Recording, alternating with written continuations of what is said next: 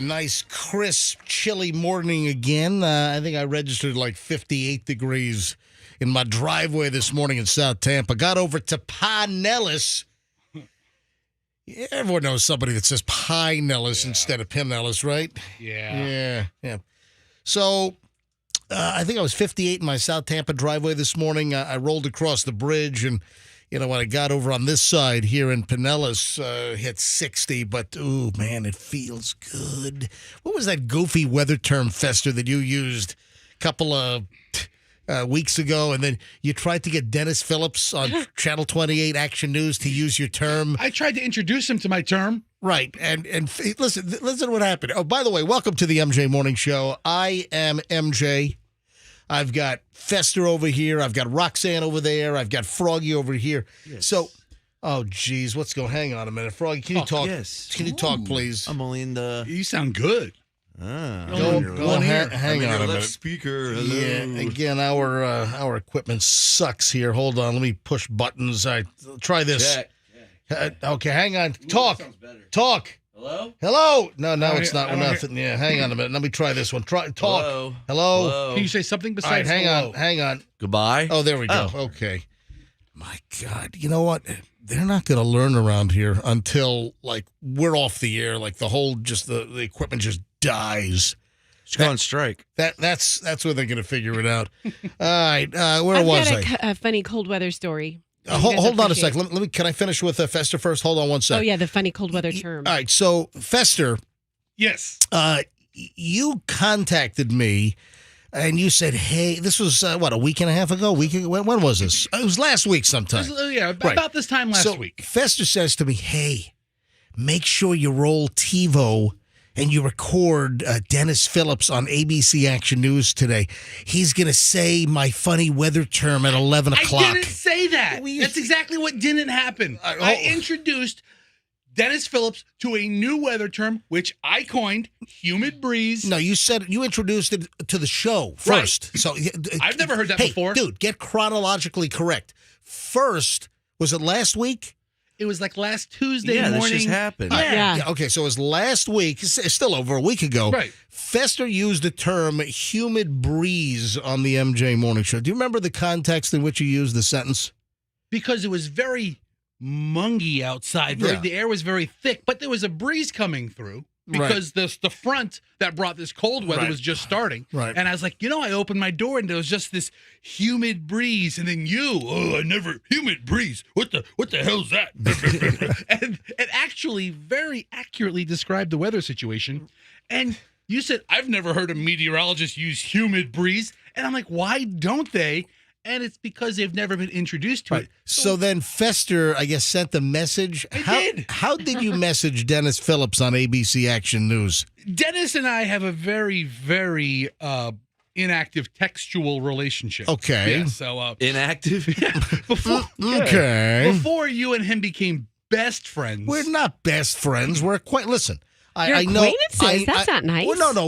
We're probably a little more than acquaintances. Listen, okay. Chums. All right, Dennis and I are friends. You go to dinner. You spend weekends with them. I don't spend weekends. You vacation we together. have some mutual friends that also know Dennis, and we went to dinner together, and it's happened a couple of times. Why are you trying to downplay your Dennis relationship? I'm friends with Paul Delgado, and I have been for a couple of decades now. So Delgado over on Fox 13, good friend of Michelle and me, along with his wife. So Paul Delgado is in the good friend tier. Yeah, and Dennis Phillips is now as well. So I've got two weathered guys now. This Girardelli guy Is he from the Chocolate Fortune? Girardelli over on Channel 8? I don't know him. I've never met him. I've never had any experience with Jeff Girardelli. I'm sure he's a nice guy. From the Chocolate family. He's the chief meteorologist at Channel 8, right? Jeff Girardelli, is that it, right? I think so. Something like that. Right. It's close. Hershey. I don't know him, but I do know Delgado and I do know Dennis Phillips. So Fester sends Dennis Phillips a note, but he tells me first. He calls me up. Fester call. It's like 8 o'clock, 9 o'clock at night. Last was it Thursday or something?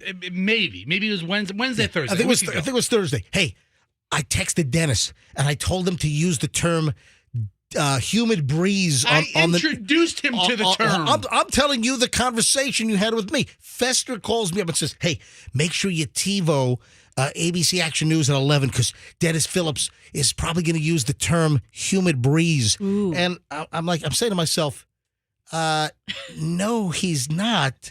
He's already left to go to his son's wedding out of town. So back when I said, "Hey, we have an inactive textual relationship," I don't know his schedule like you do with your good friend.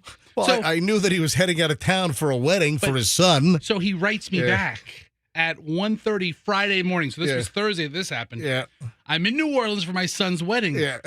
I would have used the term. Oh, okay. Yeah, it's easy to say that via text, but would he really have used the term humid breeze? Which I don't think we'll have any until like spring, so you're going to have to wait a while. That sort of describes Breath. the room when people are around you, Fester. A humid breeze. So that's a human breeze. Humid breeze. What yes. happens when you introduce just the Fester funk to the equation? Listen, man. Is it a funk-filled human breeze? A lot of things going on. A lot of things. All right, Roxanne, you were wanting to interject with some cold weather story? Yeah, I thought you guys would appreciate this because we talked about it the other day, how I wanted more cold showers in my life.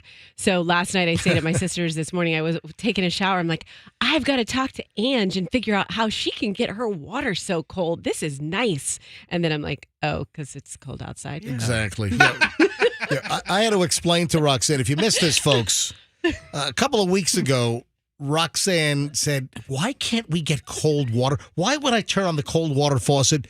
Is the water not cold? Well, because it's Florida. Yeah. That's why. If you want cold water year-round, move to like New York and you'll get some nice cold water. Even in the summertime, you'll get cold water. Move to Colorado. Move to Utah. Hey, move to Fargo. All right? Yeah. Yeah, right. How far can you go to get cold water? How about Fargo? Yeah. But then remember, we called Joe the plumber, my friend, and he said there are water chillers. So you can't, just like you have a hot water heater to get a hot shower, I guess there are devices that you can get to chill your water.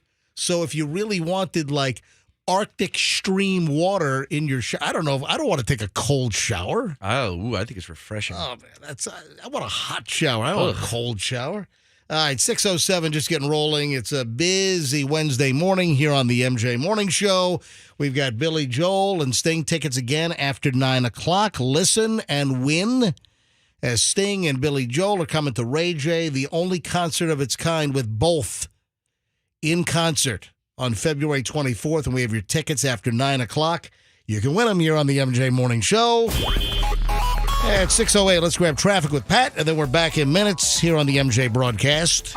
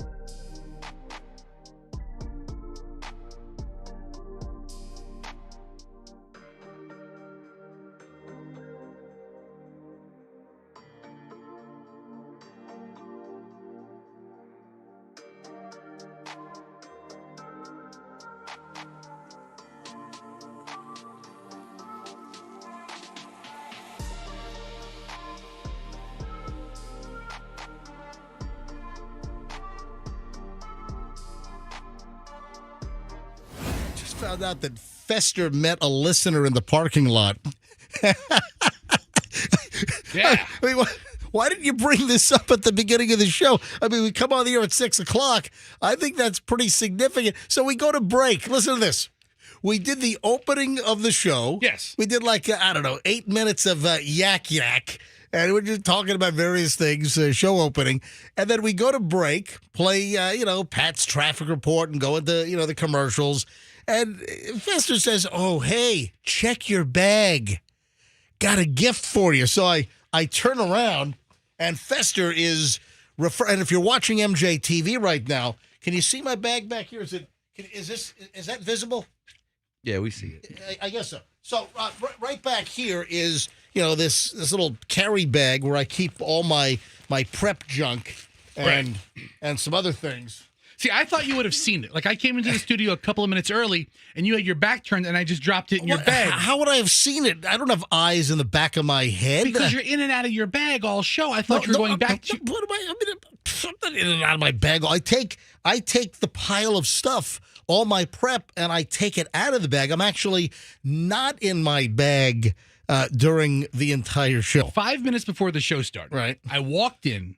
You had your back to the counter over there doing your prep. Yeah. And I walked behind you and put it on top of your bag, thinking you would go back to it before showtime. No, well, That's I what didn't. thought. Okay, well, that's fine. That's why I brought it up again. But you didn't bring it up. I think it's pretty significant. Fester meets some mystery man in the parking lot at, what do you say, 5:45? Yeah, 5:45 to, I was out there from 5:45 to 5:52 with this guy. All right, so you're in the parking lot, Yes. our dark, poorly lit parking lot. Yes, very poorly At lit. 5:45, and you're meeting some. Now, did you know this dude was meeting you, or was this just surprise lurking figure in the parking lot? No. So this was prearranged. Oh, it was okay. Yes. All right, so Yes. prearranged 5:45 parking lot rendezvous. Okay, So, thanks to my dear friend Froggy, Yes. everybody has my cell phone number now. Everybody. oh, of course, Yeah. everybody. folks. If you ever want to get a hold of Fester, the number is.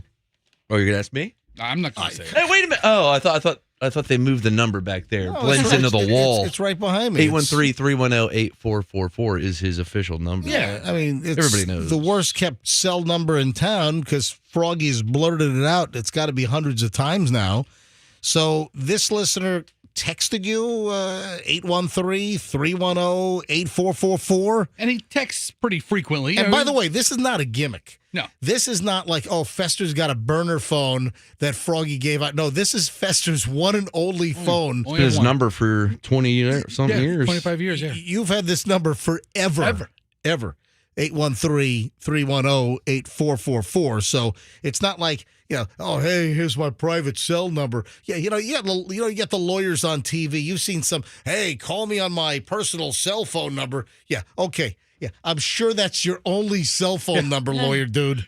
Yeah. They're on the golf course and they want to hear about your rear end accident. Yeah.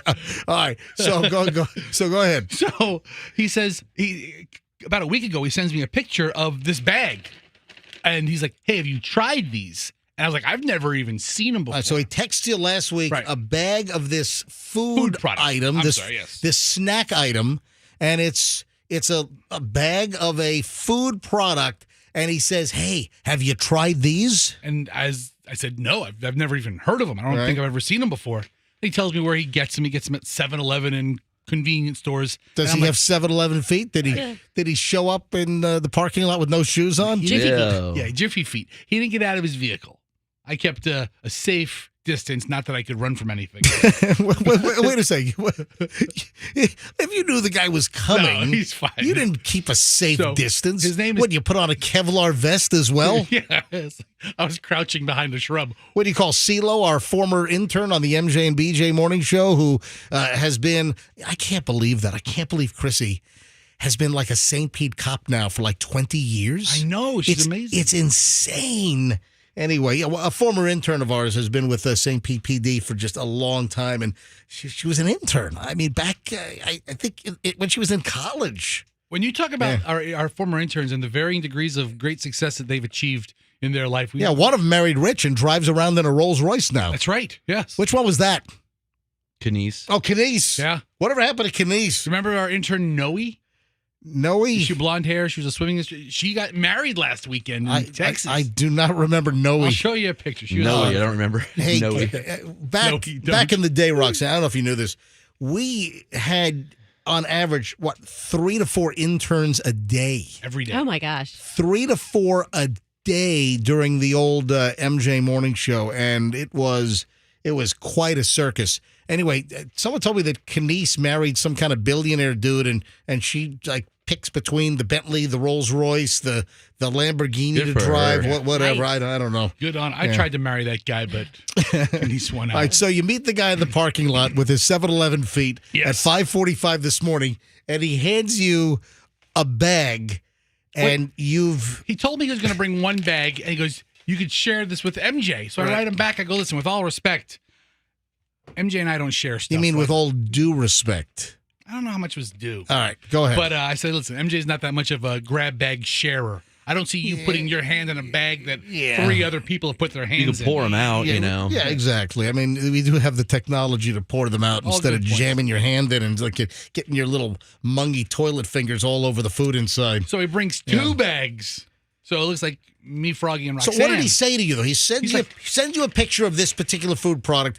And He's like, you try it, you'll love it. It'll be your favorite snack. And it's a meat snack. And I'm not the biggest jerky guy in the world, but I'm kind of intrigued by it. you are a jerky guy, actually. Just ask Roxanne was complaining about you being a jerky guy to me yesterday. No, we talked about it. Am I allowed to talk about this?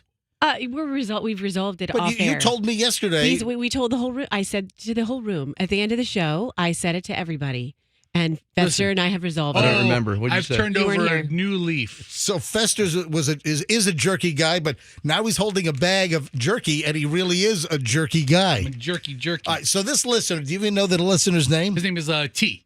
T? T, yes. Just T? I'm not sure if he said TJ or T because he All right. kind of mumbled. Anyway, so He's like, I'm T.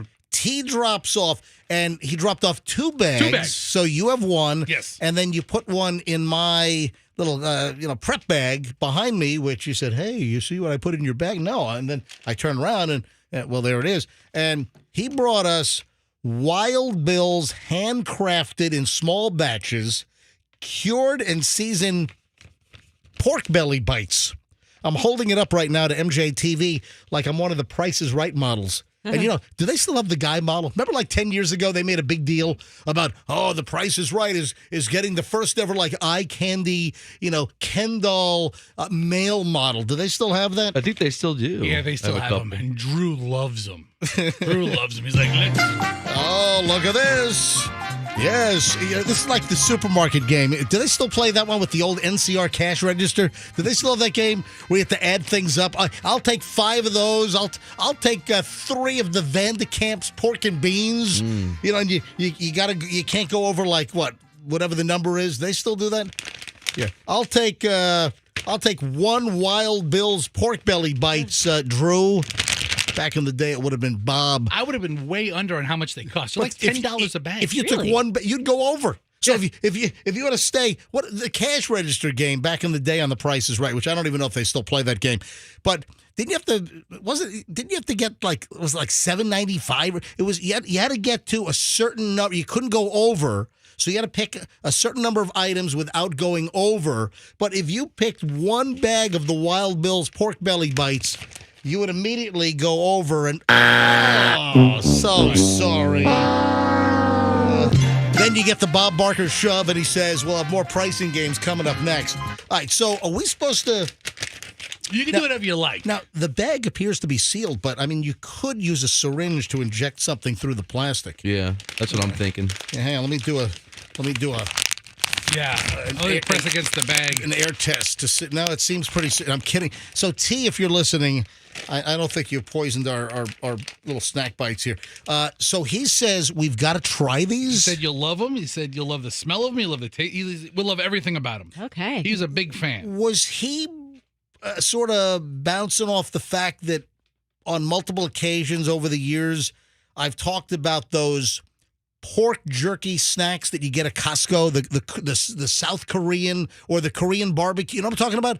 The Korean barbecue pork strips that you can get at Costco. I think Sam's might sell those as well.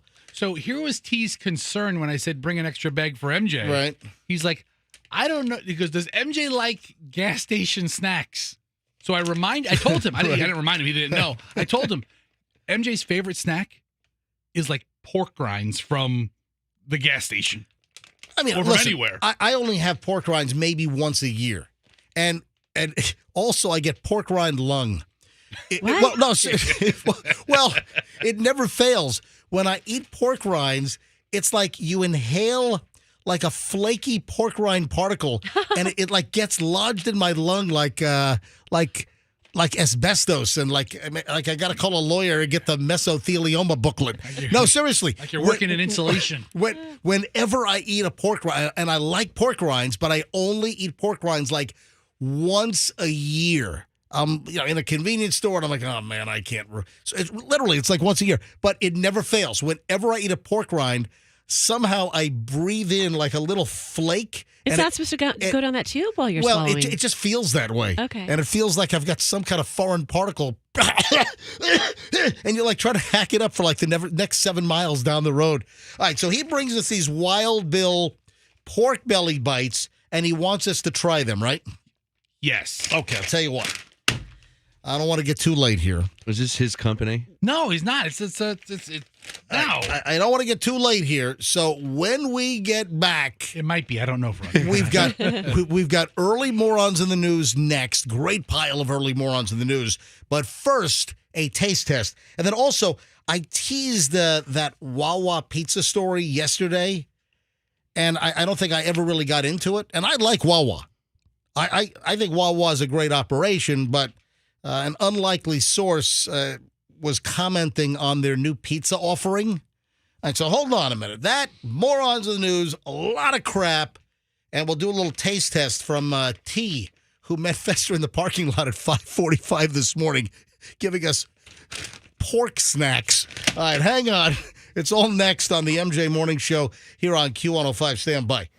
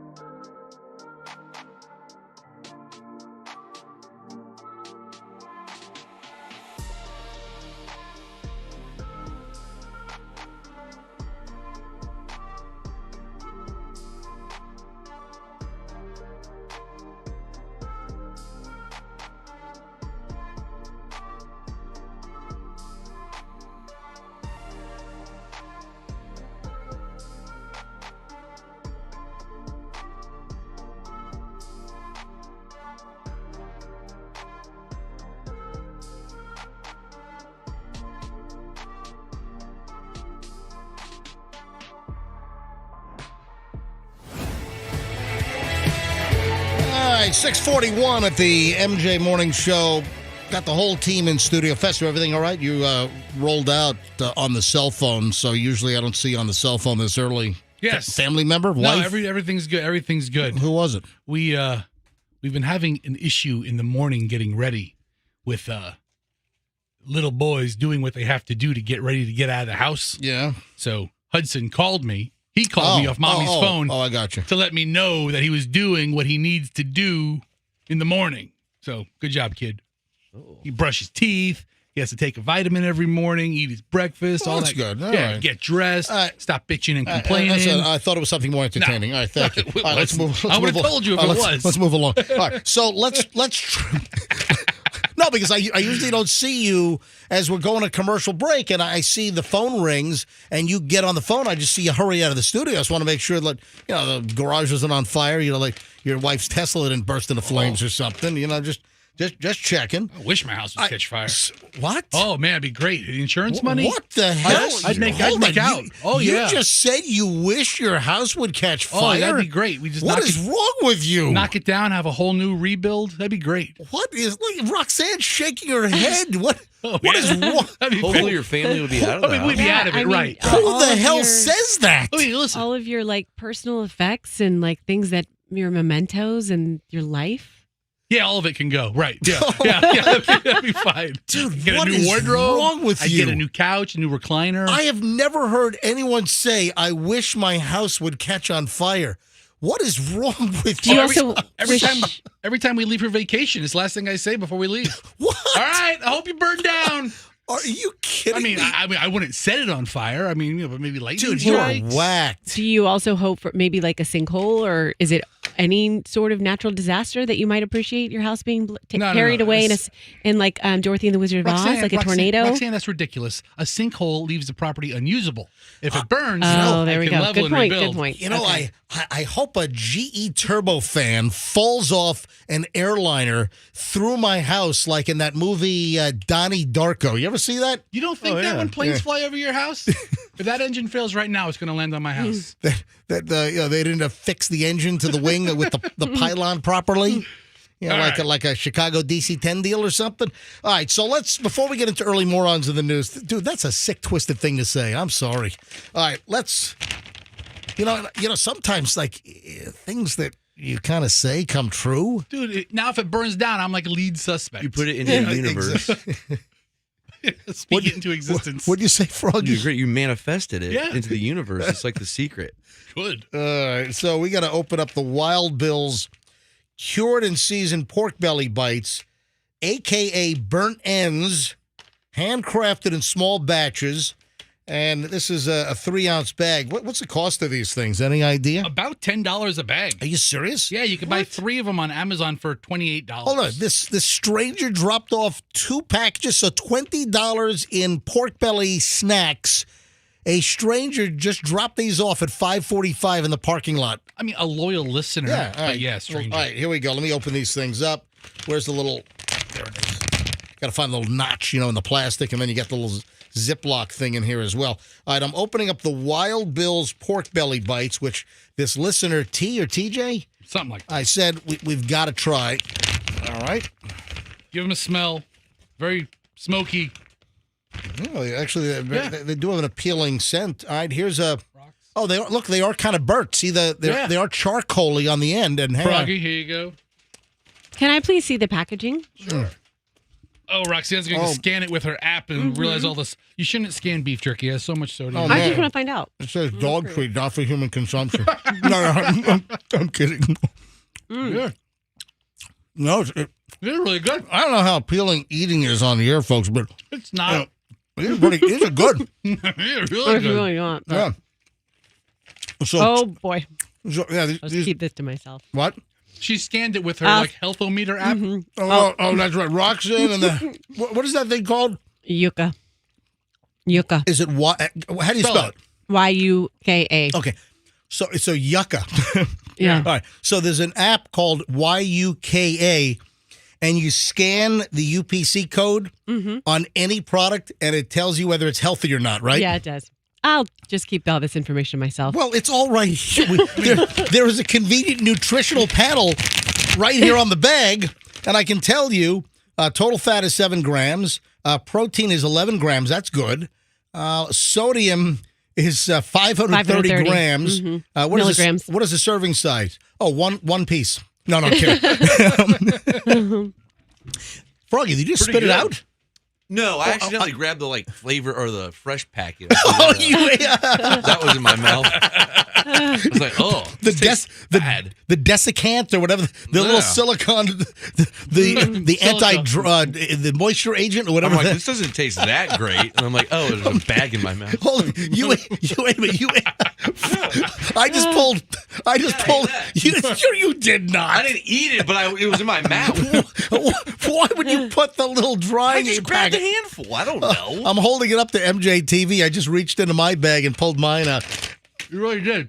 They're pretty good. Hang on a minute. The son of the guy that gave you the meat snacks in the parking lot at 5:45 this morning is on the phone. This is a really good snack. Man, am I going to even get to early morons in the news here?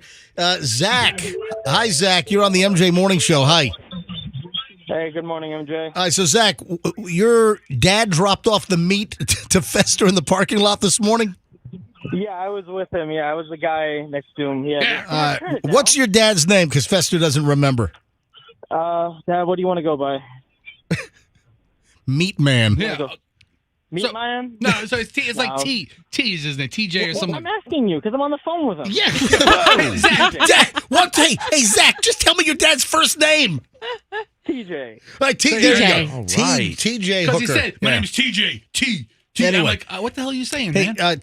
hey, Zach, how old are you, Zach? I'm 22. All right. And tell your dad that the snacks are very delicious, and we thank him very much.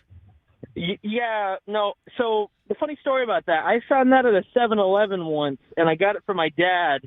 And ever since I got it for my dad goes hunting for those things and has me specifically buy them for him. Wow, he's a big fan, huh? All right, because Fester, I think, told me that your dad told him that they're not in every 7-Eleven and you got to find them? No, they're not. So you have to go, where I found them, they're in Parrish, they're in Venice, they're all south.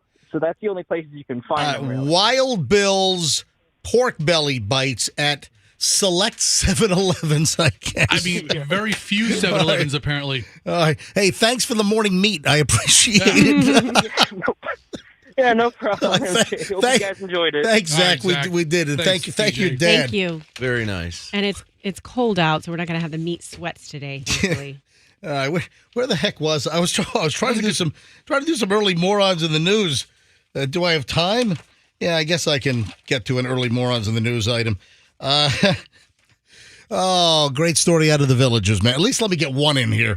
Great story out of the Villages.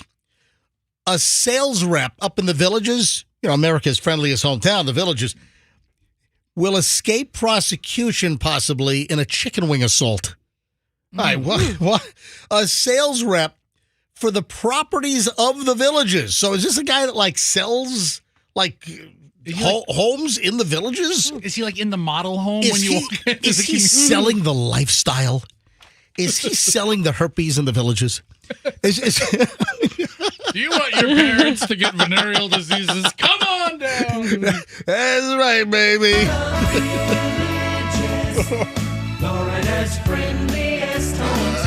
Listen, when you're I wonder how much sex is taking place in the model homes in the Villages. Oh, boy. Yeah. All right, so this sales rep for properties of the Villages is poised to escape prosecution, according to the Villages News, in an alleged chicken wing assault on his wife. Remember, we talked about this when it first happened. So we're just coming full circle with a follow-up. Robbie Audette Jr., 40, has been allowed to enter into a pretrial intervention contract, and if he completes the terms of the contract, a charge of assault where he assaulted his wife with chicken wings will be dismissed. Yeah, the contract calls for him to seek an alcohol abuse evaluation and follow the recommended treatment, have only peaceful contact with his wife, and complete 8 hours of anger management training. Audette preemptively completed the anger management training and provided proof to the court. Yeah, he was arrested back on Easter at his home. Audette's wife told officers that she and Audette had been at a party and returned home when an argument broke out over Audette's lover. Whoa. According to the arrest report from the Wildwood Police Department, she claimed her husband wanted to go out and meet the other woman. Oh, on Easter. How lovely. Audette admitted that he had received a text from another woman, but claimed that She contacted him and ordered him to make his wife stop texting her. Audette told his wife that he was going back out with friends and needed money. During an argument, she took his phone and Audette threw a box of takeout chicken wings at her head. Yeah, the wife had sauce from the chicken wings all over her neck and chin when the officers arrived. So now it looks like he's going to escape prosecution with his pretrial intervention. So it's amazing how things change from household to household. Yeah. Because when my wife is covered in barbecue sauce, that's like foreplay. All right, Fess. That's disgusting. It's early for that. Wow, it's never too early for that. Folks, I got a listener for Froggy and Fessa. They have a business proposition, or they want to know if you're considering a business idea. Hey, got a photo question for you. A demand being made regarding a photo or photos. Now, I'm deliberately being vague here because I'm just trying to tease this so you keep listening. But a demand over a photo or photos, and this is demanded to be removed by certain people in certain situations. All right, so what is this photo demand? I'll explain next on the MJ Morning Show here on Q105. Stand by. Now,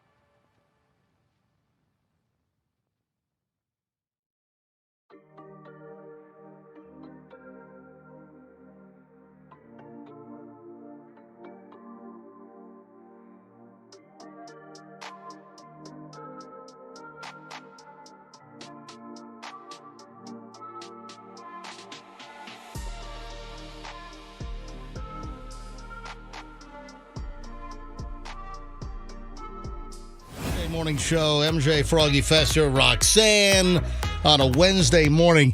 Hey, Andrew, I had you isolate something from that last commercial. I think last week. I didn't get around to it, but have you heard this guy, that Pfizer commercial we just ran? Is it still on the soundboard? Andrew, what page is it on? Is it on? It's on page 11? All right. So the last commercial, and then I'll get into this whole little photo controversy. And if it sounded just a little bit convoluted, I apologize, but it'll be very clear here in just a moment. But the last commercial that we just ran for Pfizer, have you listened to the guy? It sounds like he's got this crazy speech impediment. It's like, All right, let's hear it. All right, hang on a minute. I got to go to my soundboard, page 11. All right, so here's the commercial that we just ran. Listen just a little bit here. Happy 62nd birthday, Granddad. Hey, Grandpa. Hey, sweetheart. Hey, sweet. I got you this. A mug. Oh, look at that. What does it say? Listen. Beware. If you are 60 or older, you may be so- at increased risk of serious consequences from RSV. RSV. Respiratory syncytial virus. Could he do a retake on that? RSV. Respiratory syncytial virus. I think he needs a pill to make him talk better. Respiratory. What? Isn't that? Suffering succotash. It is. You know what? It's like suffering fuckatash. You're right. It's like Man, what's the matter with him? And then, Does like, denture fall out in midline? It's like he's all Yeah. Daffy. He's going all Daffy Duck on us here. RSV. Respiratory syncytial virus. Respiratory virus. Was someone beating on the door in the studio to kick him out? They couldn't do another cut? I don't know. Your time's up. Yeah, exactly. You only booked the studio for 30 seconds to cut one commercial. Get the hell out of here with your RSV. Respiratory syncytial virus. respiratory virus. I mean, he's saying the word correctly. It's just It's almost like Tom Brokaw. a little Yeah. mush-mouthy. Exactly. It's all mush mouthy. You're 100% And right. he sounds like at the end, like, did I finally get it right? Virus? All right. So on to my little photo controversy here. What would I say? I think I said a photo demand. That some are making a demand for a photo or photos. Now, when I say photos in today's world, what's the first thing that comes to mind? Photos. On your phone. Exact. 100% right. Roxanne, ding, ding, ding, right off the bat. Everyone has a camera phone. Everyone has a camera roll with all the photos. So there's a debate going on. You know, I'm going to go to early phones on this. The debate is that if you're dating a guy or if you're engaged or ultimately you're married, that the expectation is that that person, so whether it's listen, it goes both ways. It's not gender specific, but women and men should delete every photo of an ex off of their phone. Agree or disagree? Roxanne, speak. Oh, whew, you caught me off guard on that one. I didn't know where you were going. I mean, It's not too difficult. no, I mean, you know, yeah, take him off. Take him off. it's not like I'm asking for some kind of a nuclear equation from Oppenheimer, you know? Oh, she could rattle that off, no problem. That's, what do you say? You say take them off? Yeah, take him off. Take him off. Do you have why'd you just make a face? I was looking at Fester. I don't know. I don't know. Okay, what's continue. going on. What's your next question? No, that's the point. All right, so Yeah. do you have any photos? There's no Hold on, follow-up question. hold on. What is something odd is going on here? What you're distracted by something. No, I'm not. Continue. Go ahead. No, and round the room you and ask are. Fester. You're smiling. No, yesterday, I shouldn't even say this. Okay. Friend of mine, friend of the show, listener of the show, loves Yeah, the show. all right. I love him. Okay. He sent me a photo of me and one of my ex-boyfriends, and he sent it to me. And Hold on, yeah. ex-boyfriend. So yesterday. Wait a minute. And- Did I catch you off guard with Yes. this content? Yeah. That it's kind of- something similar just happened Yes. yesterday? Yes, exactly. And this is not something. Oh, and Doug's out of town. No, but I have to. He would not care about this. Oh. We've got this person is dear to me, and we've gone to dinner with him. Like this is like an ex-boyfriend from a long time ago. How long ago? Like when I was a kid, like when I was in high school and college. And somebody yesterday Yeah. sends you an image of you and some guy from high school that Yes. you dated? Yes, and copied both of us. And so I went and looked in my old like photo boxes, That's and weird. I found a really funny photo of us from like high school, and I like hit back and I took a picture of that picture, and then I responded with that picture. I go, no, use this one instead. Or he said, this is my screensaver or something. I was like, use this one instead. And so you're asking this question, should you delete all your This is exes kinda- on your phone? kinda And I coincidental. literally have a picture on my phone that I took Well, yesterday. This is very coincidental. Yeah. I had no idea. That's why you're kind of tentative and Yeah. it kind of caught you Yeah. off guard here. And then So- I remember Doug's asleep. He's in Dallas. He's not listening. Anyway, hey, why don't we ask the question to our listeners? No, this is a debate This was a Reddit thread that I stumbled across. And, you get a question like this. Your significant other should delete every photo of their ex off their phone. There's absolutely no reason to keep them. And then you look at and you get thousands of responses from people. Oh, yeah, you got to get the ex off your phone. Let's grab a couple of calls here. I've got some time. I got 5 minutes or so. Let's grab some calls here quickly. 800-990-1047. Where do you fall on you should get any ex off of your phone, out of the camera roll? Delete the photos. Shouldn't be on there. Ex-boyfriends, ex-husbands, ex-fiancés, whatever. Ex-wives. Listen, it goes both ways. Male, female. All right, let's go to phones on this. 800-990-1047. Grab a couple of calls here. I want to stay on track because we start an hour and 20 minutes of nonstop MJ next. So do you agree?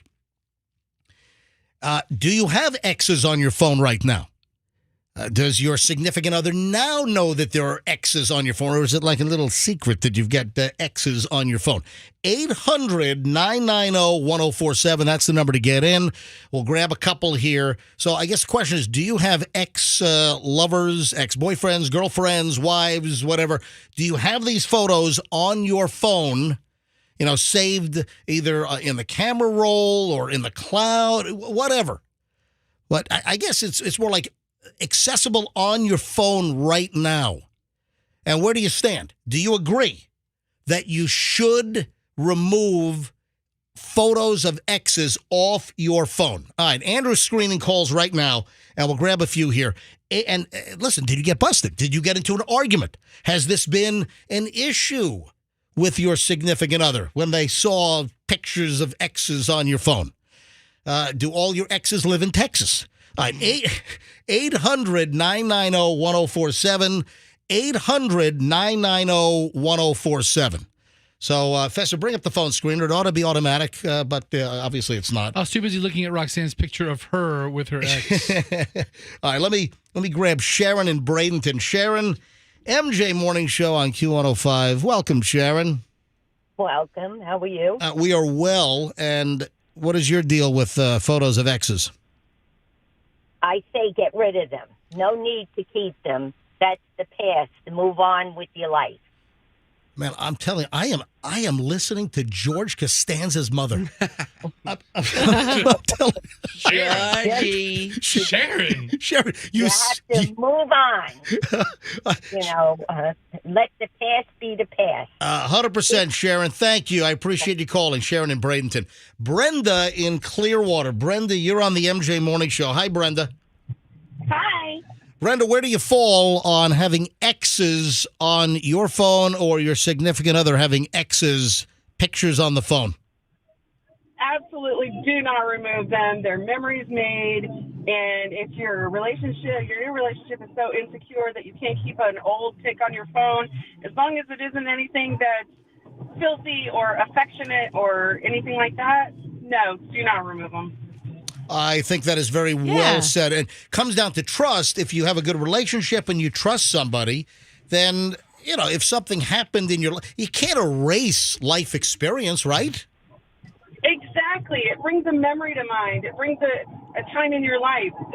I don't think that it's anything that should be shoved away. I don't think your past should be shoved away. I think, Brenda, that was an excellent analysis. Thank you. Adam is in Valrico. Adam, MJ Morning Show. Exes, pictures on the phone. Where do you stand?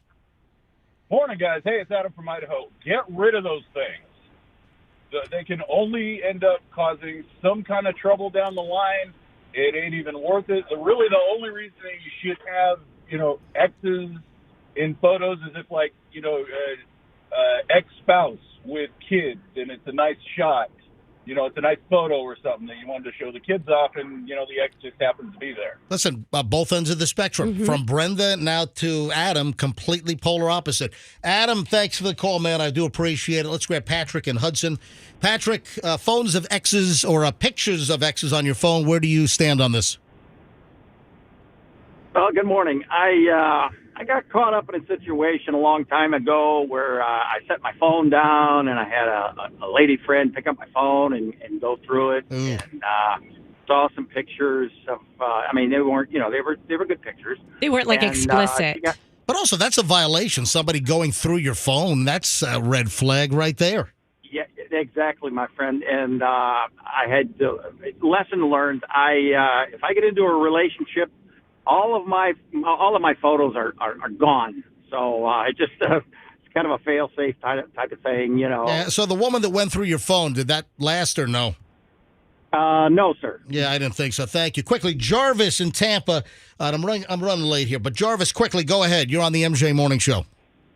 Okay, good morning. Good morning. Yeah, Jarvis. I definitely think no exes should be on your phone. It's no point. Yeah. No use. They're your ex for a reason. They couldn't make it. Yeah, Jarvis, did you get in trouble with this in the past, or you've been smart enough just to keep that out of your life? Definitely small enough to keep it out of my life and out of my phone. Yeah, Jarvis, you sound like a guy with experience. I'm just telling you right now. Yes, sir. Thank you, buddy. Thanks for listening. All right, quickly, last Smart call guy. on this, Andrew. Tell the other callers thank you. Jackie in St. Pete. Jackie, X is on your phone. What do you do with the pictures? Hi, good morning. Hey. So I have an interesting thought on this. So I always thought, no. I thought just delete them right away. There's no point. They're in your past for a reason. Until recently, I actually, I had an ex that we very amicably split. And unfortunately, he did pass away a couple months ago, and I no longer have those photos. And it's those moments that I look back and I wish I had something still. So you deleted the photos and now you regret them. I did. I deleted them, and I regret it. And it's one of those that, I didn't keep. If I would have kept, I wouldn't have kept any of the ones that were more inappropriate. Like maybe if my current fiance saw that, I wouldn't want him to. But it's one of those that I wish I had something. Yeah, I hear you. Yeah. Hey, thanks for being an early caller this morning, Jackie, on the MJ Morning Show. Appreciate it. Folks, an hour and 20 minutes of nonstop MJ next. 1 hour, 20 minutes. We begin it momentarily here on the MJ Morning Show. Don't forget Billy Joel and Sting tickets. We'll give those away after 9 o'clock this morning. And the MJ Morning Show returns in minutes. Oh, the Britney Spears revelation. Did you see that? Oh, some of the stuff is leaking out from the upcoming Britney Spears book, which drops on Tuesday. Hang on, that's next on the MJ Morning Show. Duncan Duo, folks. Big announcement from Andrew Duncan and the Duncan Duo, and they've.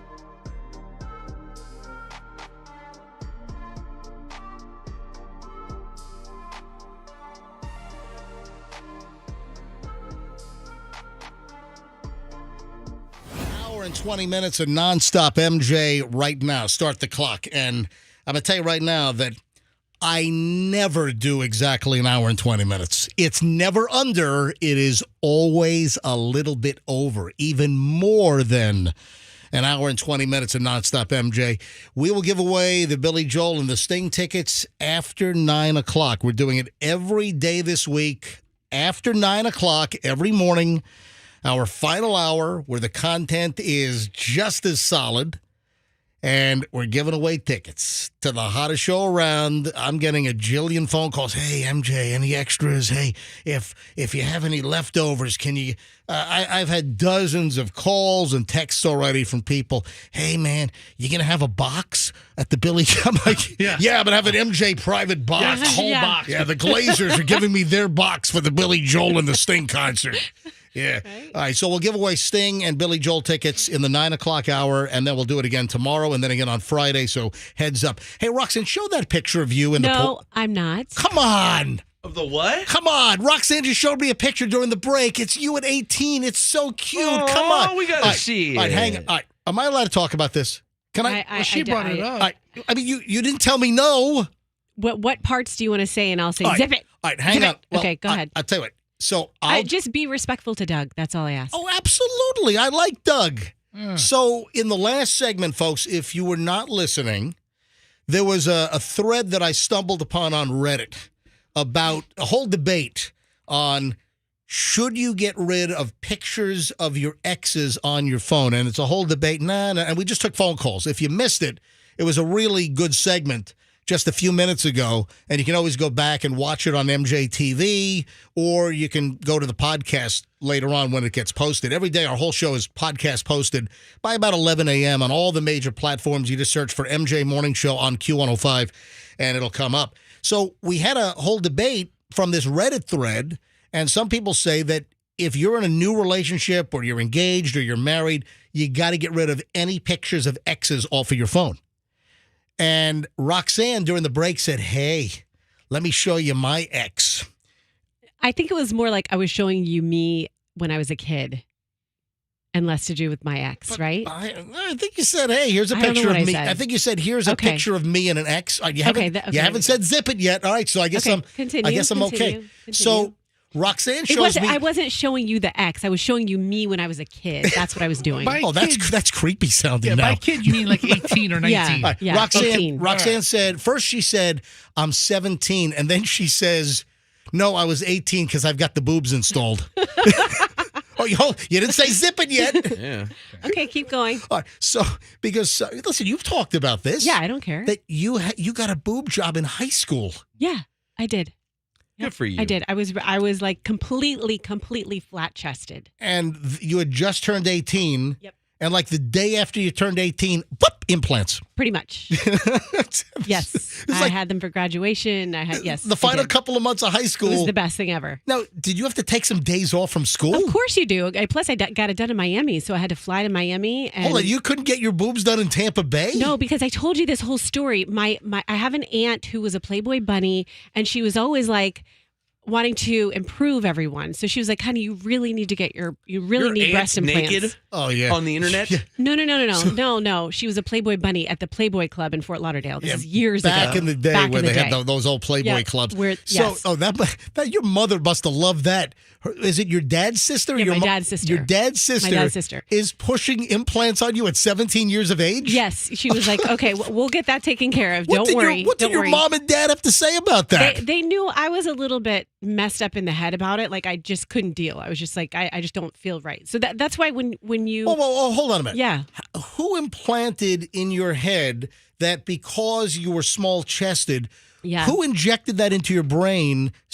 Probably my boyfriend. You picked this, but you picked this up from somewhere. There's nothing wrong with a woman with listen, people come in all shapes and sizes, and there are tons of women out there that are totally comfortable if they have smaller. Yes, and I love it. boobs. Like I think it's very sexy when you see a woman who is, not like really big boobs or average or small and is just like rocking a tank top and no bra. I think that's very sexy. But for me and my body, like I have hips, I needed something to balance out the top. Hips and lips. What is that? Was that a song? Hips and lips. What was that? I don't remember that one. Yeah, I don't specifically recall. Hold on a minute. Professor, go to Google. Go to Google and type in song hips and lips. Maybe that's a lyric to like a warrant song or something. I don't know. Maybe back to my old pirate radio days. KQLZ Los Angeles Pirate Radio. Hips and song. All lips and hips. All Lips and Hips by the Electric Boys? I don't know. For whatever reason. Anyway, so Roxanne, hold your phone up to the camera. Okay. I'm just going to flash it. I'm not going to do it. It's No Pushback Wednesday from Roxanne. Yeah. I love it. I'm just, you know what? Look at this. I told myself, I set a new leaf. I said I was going to be less emotionally attached to the show and just relax and have fun. And so this is a new leaf that I've turned over. Hold on. So you're hold on. No, wait, don't hold it up yet. Let me do the introduction. All right. So wait a minute. Let me get this straight. Mm-hmm.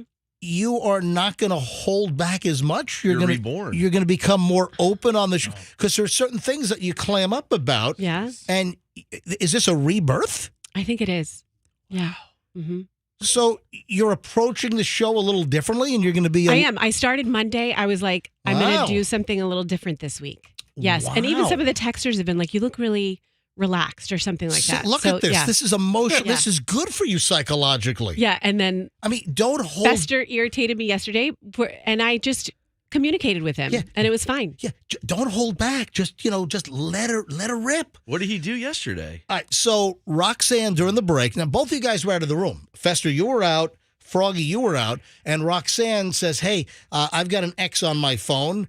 And no, we talked about this on air. Right. But yeah. But you showed me the photo. Yeah, it's a funny photo. It's a 90s photo. It's like, This guy looks like Tony Montana. I'm serious. It's like, say hello to my little friend. What's this guy's first name? Well, that's what we're not going to get into. So you're Michelle Pfeiffer. That's what we're not going to get into because, all right. Yeah. All right, now, you don't mind holding up the picture. Roxanne, I'm just going to put me. I'm not going to put him. You want to see, give me the phone. I'll hold it up to my camera. No, I will hold it up. Thank you very much. No, because I don't want a photo of me with a guy for Doug, Well, no, but does Doug know you have the photo on your phone? No, he's out of town. I just took it. Like I told you the whole story. A friend of mine texted a picture of me and my ex-boyfriend laughing about it. This is the picture your friend texted to you. No. He texted a different one, more How current. many pictures of exes do you have on your phone? No, he texted me and the ex, who is a great friend. If you want to see this, Roxanne will hold up but don't flash it. So this is because you look very cute. This is Roxanne at 18 years old. Oh, you moved the photo. Come on. What are you talking about? You moved the photo over from the guy. Yes, I did. Well, all right. All right. I guess I'll take what I can get. All right. So, move it over a little bit because you're kind of cut off. New leaf. Andrew. New leaf kind of resembles the old leaf, Rox. Andrew, are you getting the photo? All right, hold it. Hold it up again. Just hold it there. Look at Roxanne. You look remarkably similar. So, Roxanne, keep holding it up. This is, folks, if you're watching MJTV or if you want to go back and look at it later, you go to mjmorningshow.com. Top of the page, you click on MJTV. And for today's show, you can just roll it back. And the screen went off. Turn the screen back on. So it's Roxanne at 18 years old in a bikini in a swimming pool. Oh, nothing's changed. And no, you look, really... you're aging very well. Thanks. It's a lot of work. What do you know? I'm telling you, look. Thanks. It's a lot of work, and she knows. All these years later, you look very similar to your 18-year-old picture. That's a hell of a compliment coming from me. I appreciate it. That's really nice. Thank you. All right, no problem at all. Yeah, new leaf All around right, so hour and 20 minutes of nonstop MJ is in process right now. Hey, Fester, I want to get into the Britney Spears deal because we get little bits and pieces that are leaking out from the Britney Spears book, which is going to drop on Tuesday, and a lot of her exes or people in her life, a lot of people have been said to be kind of running a little worried, what is in the book. There have been reports that there have been some preemptive moves over the months that lawyers for, exes of Britney Spears have made contact with Britney's people or the publisher, warning Because some people are concerned about what Britney Spears might spill, and there is an interesting little blurb that's spilled about Justin Timberlake. We'll get to that here in just a second. First, though, Fester. Yes. Your wife is in the car right now. Is that correct? She should be, yeah. 7:37. All right, let me try Allison.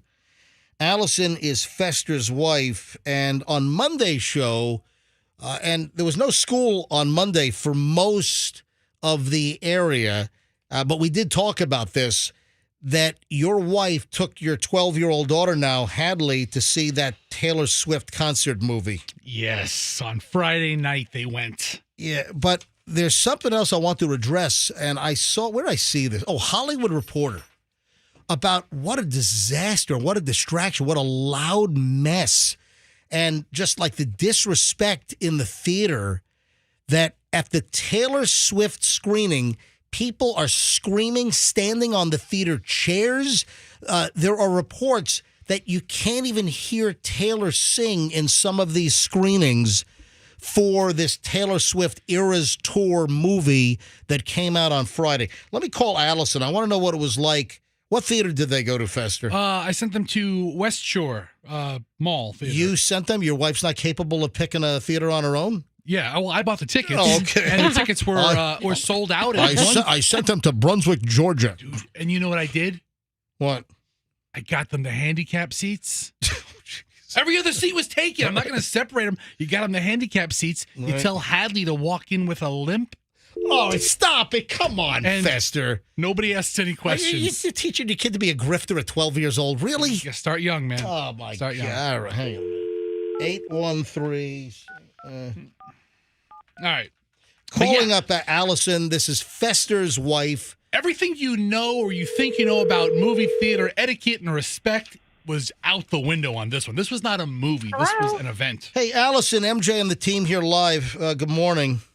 Good morning. How are you? Hey, I don't want to interfere with drop-off. How many minutes do you have till drop-off? They are gone. We just dropped off Hadley, and everybody's at school now. Okay, all right, good enough. All right. So are you listening to the show? I am. All right, so the Taylor Swift thing, the reason why I'm bringing this up, and you're the only person I know that actually went to the Taylor Swift movie, a parent getting, dragged in by, the 12-year-old daughter. So I saw the story, Hollywood Reporter, the headline is Taylor Swift Eras Tour film spurs debate over singing, dancing, phones. And it just talks about the concert film opening up over the weekend. And there's a whole debate about theater etiquette for moviegoers. And again, there is video that's been posted on the various platforms inside the theater showing the Taylor Swift movie, the concert movie. And, there's one clip where she's performing the song Marjorie, which I have no idea what the hell that is. I don't think I've ever heard it. But people are dancing and singing. They're shining their flashlights from their phones all over like they're holding up a lighter in the old concert days. They're dancing on the seats. They're dancing in front of the screen. Listen to this. Anybody dancing on the ceiling? It's not a Lionel Richie concert. I think Lionel Richie's dancing on the ceiling. But listen to this. This was a social media post. I'm at the worst screening ever. Can't even hear Taylor. Then a different user posted on the platform once known as Twitter, had trouble hearing Taylor Swift at all in the screening. People were so disrespectful, like there were some that actually were kicked out of the theater because they were too rude. Here's another one. Moviegoers would be well advised to expect a concert-like experience because as a theater experience, it's horrible. Expect dancing, standing up in chairs, screaming, singing along. So all of this online. Let me tell you what happened. So back, I guess, in August, Taylor Swift posted about the movie coming out on Instagram and even had a caption, Eras attire, friendship bracelets, singing, dancing, encouraged. But then AMC Theaters, they put out a statement. This is AMC Theaters. They put out a statement that read, we encourage dancing and singing throughout this concert film event, but please do not dance on our seats or block other guests from viewing the movie, safely walking or exiting the auditorium. So, Allison, you went to see the movie with Hadley, your daughter, on what, Saturday? Friday night. Friday night. Friday night. So opening night. Did you experience any of this crap where you couldn't even hear Taylor sing? You don't even know everything you described plus like 100. It was the craziest movie I have ever been to. The lady next to me was singing at the top of her lungs. Thank God she had an okay voice. Oh my! How old was the lady next to you? She was probably in her 30s. And was she with a little girl, or she just came on her own? She came with her husband, but I'm saying people... My God, I feel bad for that guy. That's an abusive relationship right there. All right, I'm sorry. Go ahead. No, they were screaming. They were holding up their lights. They were dancing. There were 6 girls dressed up in tutus like ballerinas, and they ran to the front of the theater, in front of the screen, and started dancing during one of the songs. People were in the aisleways. They were standing on their chairs. Moms were with kids. So everything that I'm describing in the story that I just read, you just said everything happened plus 100. It was crazy. It was absolutely crazy. It was nothing like a movie.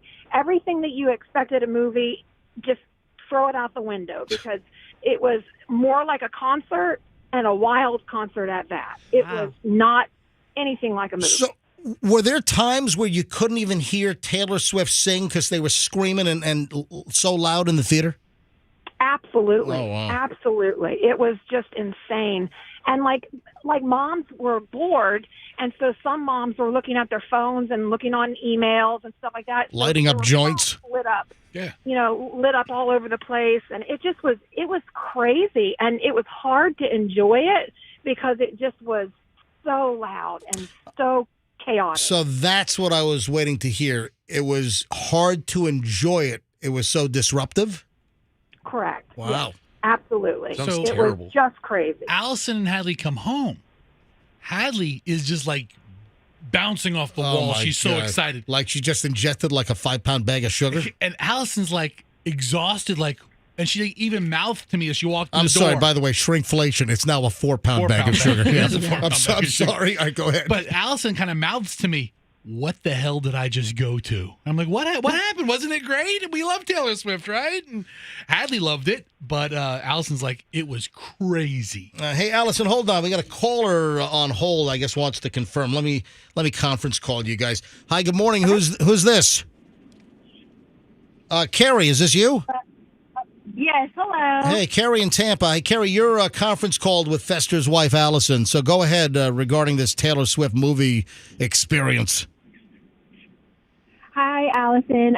I didn't go to Taylor Swift, but we went to Coldplay maybe a year or so ago when they did the same thing with the concert in the movie theater, and it was very similar to what you experienced. People brought beach balls, and they were like throwing them around in the movie theater. Oh, we didn't think of that. Oh, Allison, we could have gone with Q105 beach balls. Oh, my God. Hey, how about bowling balls? All right, I'm going to encourage bringing bowling balls to the Taylor Swift movie. That's it. Bring bowling balls. Thanks, Carrie. Hi, Carrie. Yeah, but MJ, when they have these concert movies. Hey, Andrew. Oh, God. Your caller screen said had the same experience at the Taylor Swift movie, and she just says that she didn't go to the Taylor Swift movie. She went to a Coldplay movie. What? MJ, I have a feeling these concert movies have a similar vibe to them to where there's not standard movie theater etiquette. Listen, I got to move on, but Allison, you have absolutely confirmed everything in the story that I just read about this movie experience being just a pain in the ass, apparently. Yeah, it's a lot. You got to prepare for it. Allison, everything else good? Everything's great. Did you hear Fester this morning saying he hopes your house burns to the ground? Yeah, that was a little alarming. Allison, how great would it be? We just knock it over, rebuild right there, maybe a different neighborhood. Who knows?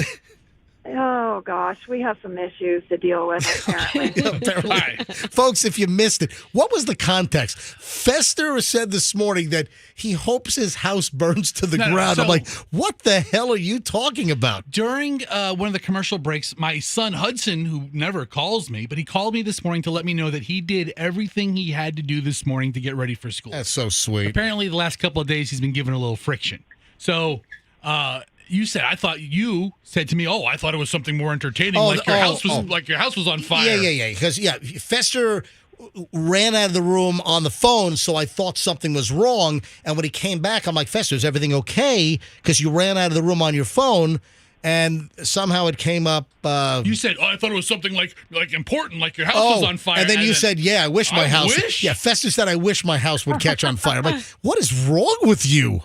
Allison will say, as soon as we leave for vacation, it's the last thing I say to the house. Oh, God. I hope you burn down. So you're hoping that Allison's Tesla, the batteries overload and start sparking and burn the house down from the Tesla in the garage? Don't the Tesla stay lit on fire for like 24 hours? Oh, yeah. They do. The That's Tesla right. will make sure the whole house is burned down. Okay, so I don't... Oh, yeah, intentional arsonist. If you really want to take care of a job, just catch a Tesla on fire. Because it takes 47,000 gallons of water and 5 hours for the fire department to put it out. I just want to clarify the whole thing in case any fire inspectors are listening. Yes. My whole family will be... any arson investigators. I want the whole family out of the house and safe.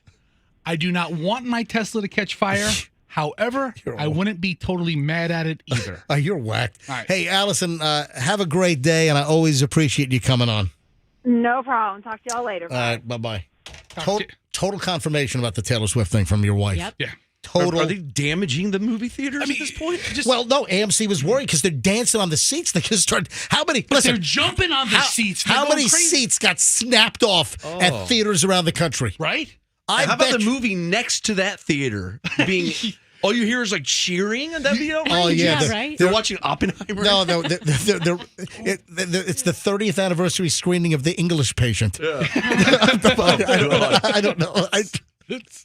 Some sad, quiet movie. Schindler's List is coming back after 30 years. And then you hear nothing but a roar of a crowd next door. Oh, my God. Sounds awful. All right, the Britney Spears situation, and, man, this is making some pretty big news. Britney Spears, apparently, in the book that's about to drop, because some copies have leaked, some excerpts have leaked, Britney Spears reveals in her new memoir coming out on Tuesday that apparently she got pregnant with Justin Timberlake and aborted the baby.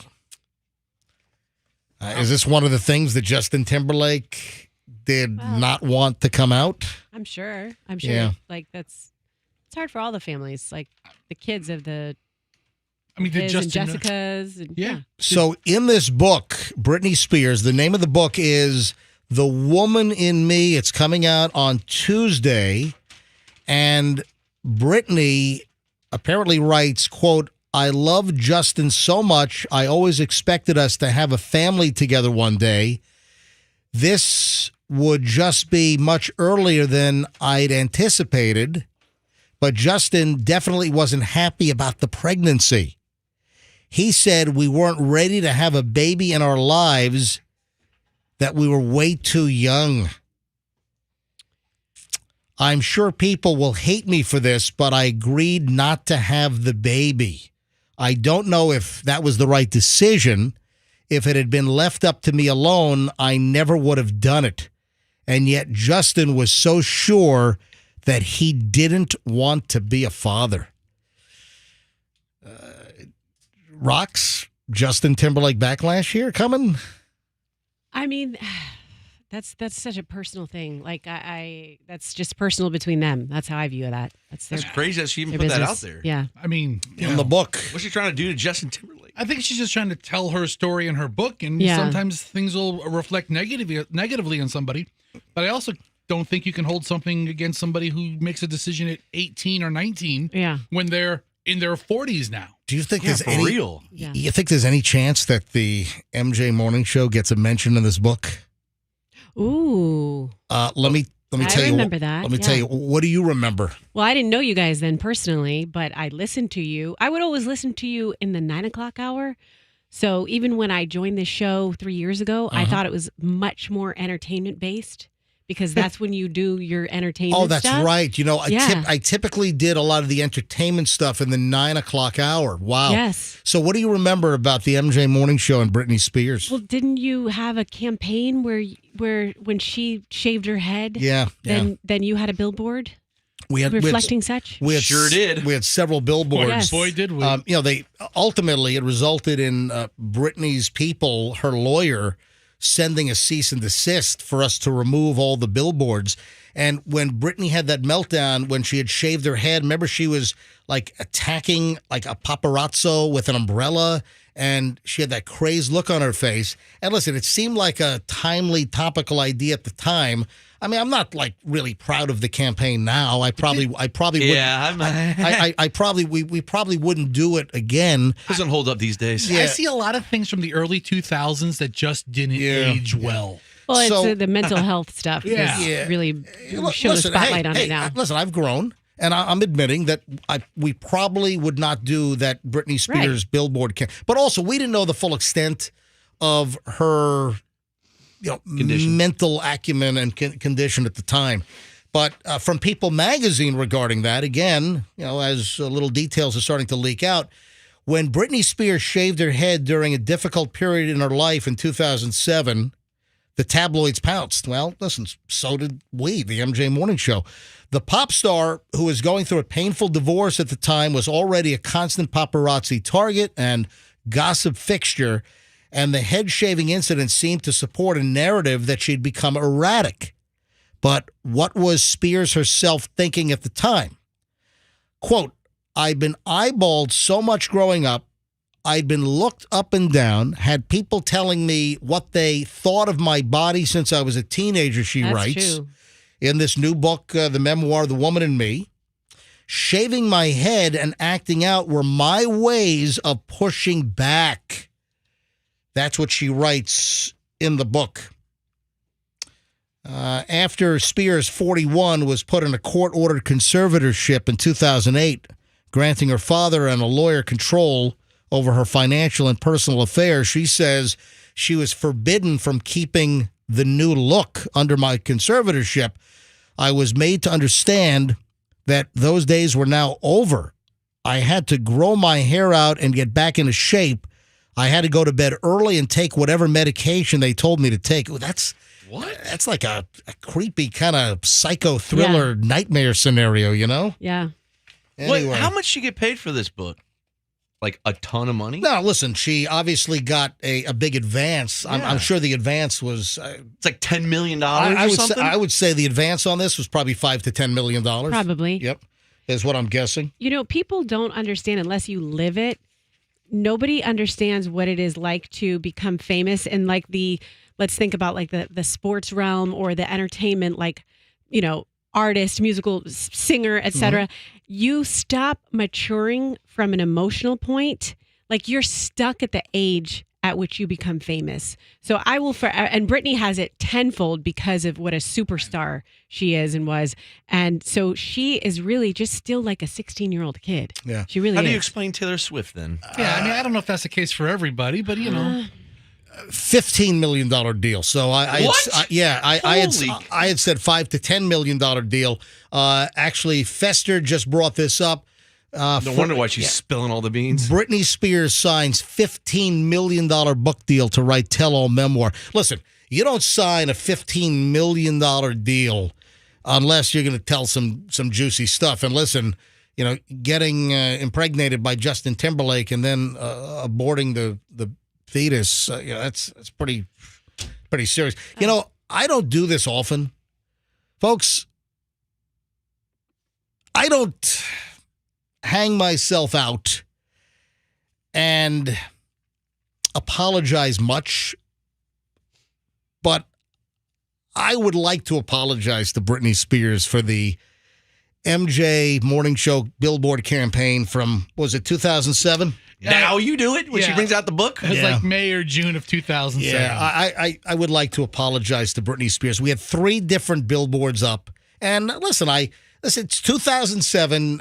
Would we do this today? No, we wouldn't. So my sincerest apologies, because she was aware of the campaign. We got letters from her lawyers. We had to take the billboards down. We had like 20 of these things up around town.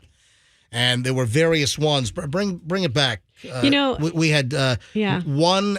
See, it had a picture of Britney, bald, with the, when she's making that clenched jaw face or clenched teeth face. And then I kind of emulated. We did a photo shoot where I was like emulating her, and she was on the left side of the billboard. I was on the right side. And then we had some of the headlines like total nut jobs. The MJ Morning Show, 93, when we were on there. Then the other one was Shock Therapy, MJ Morning Show. And the third one was Certifiable, MJ Morning Show. And again, listen, I'm exposing myself here. I'm letting it all hang out to Britney Spears here on this Wednesday, October 18th of 2023. I sincerely apologize for the billboard campaign that we put up back in the summer of 2007. I apologize. You know what? That's really nice of you to do that. It was wrong. Go ahead. That's nice of you to do that. And I think that's a very sincere apology. So I respect that. It is kind of like behavior for the time. I don't think you were out of bounds for the time period when mental health didn't have such a spotlight shown on it. And that's kind of like typical shock jock behavior. But you know who really owes Britney an apology, in addition to all the people who've profited from her and sexualizing her at such a young age and took advantage of her? But also, Diane Sawyer needs to apologize. Did you ever see that interview she did with her? And she's just like berating her about in a very passive aggressive, nasty girl on girl bullying way, adult woman way. Yeah. And like Britney's like losing it. And she's like, just pushing her, trying to push her buttons, a young girl, about her and Justin's breakup and insinuating she cheated on him. It was just, she needs to make an apology, just like you did. I hope you set an example for her. I think Diane Sawyer was worse than our billboards. I think she was. Screw you, Diane. Yeah, we should put up a billboard with Diane Sawyer on it. Yeah. It was funny. Didn't Matt Lauer do a Britney Spears interview?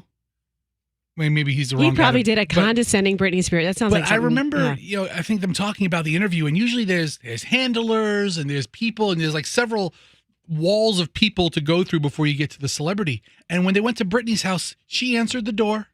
Come on in, y'all. Yep, we can do it right here. Come on in, y'all. Yeah. Hey, Fessa, do me a favor. Yes. So Michelle had her yearly physical yesterday. Oh, thanks for telling me. Right. No, listen, I have a yearly physical. She has a yearly. And she was like meeting with the doctor. And the doctor has that, I guess it's an exercise platform that you stand on behind your desk. Yeah. And Michelle's like, man, you ought to get that for the morning show because you guys sit. So, Roxanne, you sit all 4 hours. Fester, you sit pretty much all 4 hours. Yeah. I'm asking. Unless the hemorrhoids get really bad. Or do you have the donut device today? All right. I left it at home. I'll be standing up shortly. He's sitting on a box of a dozen Krispy Kremes right now. All right, so Froggy, you sit down. I stand the entire show. I don't sit. My bag is on the chair behind me. I don't. Ew. Oh, that bag. I don't sit down at all. But I need to find out. I want to get the device. It's Fester. Do a search here for desk exercise. No. Do a search for like stand-up exercise device. And there's like you want a treadmill that goes underneath the I know that would be noisy. Yeah, and you'd be huffing and puffing. I can't have a treadmill. No, there's like a step tool. I think it's sort of like it maybe has like a bounce ball. Well, I think it like rolls a little bit, so it'll strengthen your calves and your thighs. But if I'm just standing here, why shouldn't I stand on some device where I can get some 4 hours of exercise? And you'll be taller, and I'll be able to see you better. Oh, there we go. A little short joke. Does it look like this is like inflatable, where you're standing on half an exercise ball? I gotta see. Hey, I maybe I can have Michelle call the doctor and find out. Or Michelle maybe should have like gone behind the guy's desk and snapped a photo of this thing. But I want to get this. If anyone knows if I'm standing up behind this microphone, and if you're watching me on MJTV, I mean, you don't have to jump. I'm to show jumping us up you're and down. We get it. Listen, so I'm standing all 4 hours Is it the walking pad? I don't know. No, I don't want to walk. I think it's more like maybe like a convex bottom, and maybe it like will roll a little bit. Then it builds your leg strength. Oh, let me do Cash Kitty here quickly, folks. The Cash Kitty is back. Who wants to win some money potentially here? Oh my! Is that a real cat, or is that some dude making that noise? It's some dude. Let's go. What are you laughing at? A text. Go ahead. Continue. I'll tell you something. Oh, please, if it's that funny, Roxanne. No. Cash Kitty, let's go. This hour's word is business. This hour's word is business. Business. Yeah, that's a tough word to spell for some people. That might not have been the best word for them to choose. Anyway, so the word is... Why don't they let us pick the words? The word is business. All right, this hour's word business, business. Text the word business nationwide to 45911 before quarter after for a shot at $1,000 cash, or you can enter it on the Q105 app or at myQ105.com. The Cash Kitty, baby, 5 times a day, 8 a.m., which is right now. Then again, 10 a.m., 12 noon, 3 p.m., and 5 p.m. Listen for the word, you text it right away, and you could win $1,000. So good luck from the MJ Morning Show. All right, what are you laughing at? One of the texters just texted this to me, and I kind of spit my tea out. Yeah. Get a trampoline. Just the visual of you bouncing on a trampoline. All right, that's ridiculous. You know how hard it'd be to talk on a microphone, jumping on a trampoline? I just have visions of the clip of you dancing that Froggy's been putting. With the man boobs bouncing? Hang on, Michelle just texted me. What's it called? Yeah, hang on a minute. She's listening. All right, here it is. Oh, she did take a picture of it. Good. She did. She's sending me a picture of the device. Wobble Smart. It's called. So Michelle's doctor behind his desk when he stands has the Wobble Smart. All right, so. Yeah, you bring up how much is a Wobble Smart? Can I get Amazon 1 hour delivery? Do they still do that? They used to have like Amazon 1 or 2 hour delivery. Yeah, they'll have like a drone just drop it off. I think that disappeared. It was there and then it disappeared.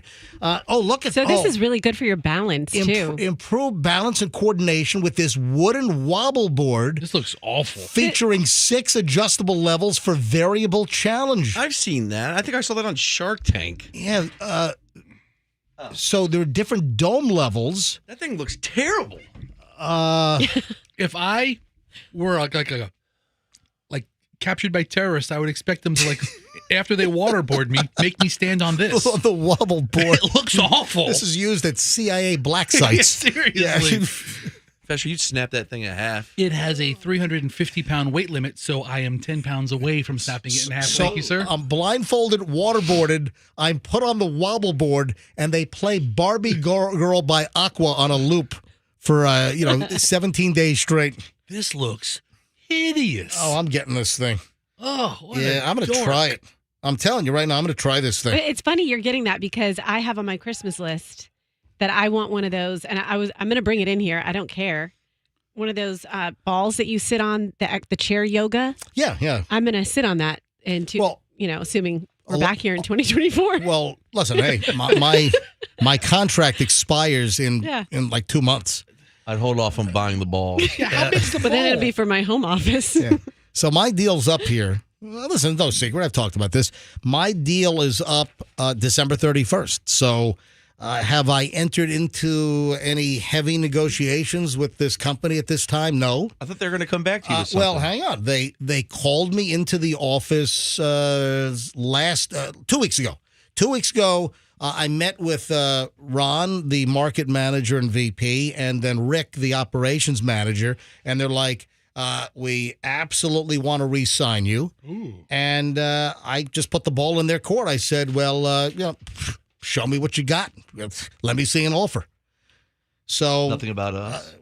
Well, guys, you did something that you weren't supposed to do. No, that's not true. That is not how that went down at all. I told you don't sign your deal without talking to me, and you guys did. I'll rip it up. I'll walk out. You guys, I'll walk out. You guys signed the deal without telling me, You and, son of a bitch. and I told you not to do it. I don't remember that. When was that? That's not how that went at all. All right, listen, we can talk about this on the air later on. I got too much to do All right, here. let's go. Okay. I think you and I are on the same schedule. But anyway, my deal. Does your deal expire or you have another year to go? No, January. Oh, so you're up as You well. and I are on the same one. All right, so I have no new contract. Will I be back with the MJ Morning Show? Listen, I was going to say, will I be back after Christmas break on January 1? But sometimes if you can't come to an arrangement, they yank you off the air early. Like a lot of times they don't let you finish out. So if my contract runs through December 31st, if things are going south and sideways, a lot of times they'll yank you off the air. Well, let me tell you something about Beasley. And a lot of times they don't let you even say goodbye. I mean, this is not Beasley, who, listen, I've been happy with Beasley other than, our studio's a dump and they promised me a new studio for 3 years. Yeah. But I've been relatively happy with the company and I enjoy doing this program. But listen. Sometimes Beasley does the opposite and you'll not have a contract and you'll I don't know. You'll be coming That's into not work. how this guy works. I'm sorry, say it again. Yeah, I've been in situations where my contract has expired and we're still working on it, and then you just come into work until that has never happened in my career. That has never happened to me. I've never worked with. Because you're such a hot commodity, you could jump ship. I'm such a hot commodity. Listen, I've had folks kicking some tires. I just sit out a little non-compete, and then I don't know if I would consider our morning show something you kick tires with. How many miles on that morning show? Right. I see a dent right here. So taillights working that morning? I would expect that we're going to come to a deal. I enjoy doing this show on the legendary Q105. I would like to continue. But listen, I've got to see what they're going to offer me to continue during the show. And I will keep you, the audience, up to speed the best I possibly can. Better back up that Brinks truck, Ronnie D. Or it's going to be the Andrew morning show. Yeah. Hey, Andrew had a birthday yesterday. Andrew, in 10 seconds or less, what did you do for your birthday yesterday, if you don't mind me asking? What? What'd you do? Andrew. Yes. What'd you do for your birthday? I said I went to dinner. Oh, we couldn't hear you. Where'd you go? I had sushi. Oh, very nice. And may I ask who you went to dinner with? I went with family. Oh, very nice. That's nice. What sushi place did you go to, may I ask? There is a sushi place in Wiregrass. It's an all-you-can-eat. Ooh. Well, and do you know the name of it? Crazy Sushi. Oh, Crazy Sushi. Sounds crazy. I like restaurants with the name Crazy in Me it. too. Yeah. Remember Crazy Buffet? Oh, You never know what's going to happen. Yeah, there. Crazy. I like Crazy Buffet. Crazy Buffet was on Dale Mabry. Yeah. What is it? A car dealership now there or something? Seltzers? Yeah. No, it was by where the Ohm dealerships are, Jerry Ohm's. And you know what's coming? The conveyor belt revolving sushi bar is about to open. I think I got an email that it's opening up this weekend, or is it next? No, maybe it's. I think it's next weekend. Wait, they used to have one of those at International Mall. Yeah, didn't they? yeah, years ago. Yeah. But this is sort of a different concept, and this is a company called Kura, Kura, and I've been to their sushi. They've got like 500 locations in Japan. So this is a Japanese company, and they know how to do revolving sushi. And listen, is it like a $400 a person omakase experience? No, but the sushi, it's a fun experience. I like it. It's opening on the 25th. Okay, so not this weekend. It's next week. Yeah. And where's the location? It's going to be at West Shore Plaza, right next to P.F. Chang's. Oh, cool. You know when you walk in, you got that big statue outside of P.F. Chang's? Big horse. So it's to the left of that. There used to be like a pub there. So they're inside there before you walk into the mall. Wasn't that an Irish 31? Yeah, it was a pub. And it's that space, and it's going to be this conveyor belt sushi, and it just rolls around and you take the plates you want.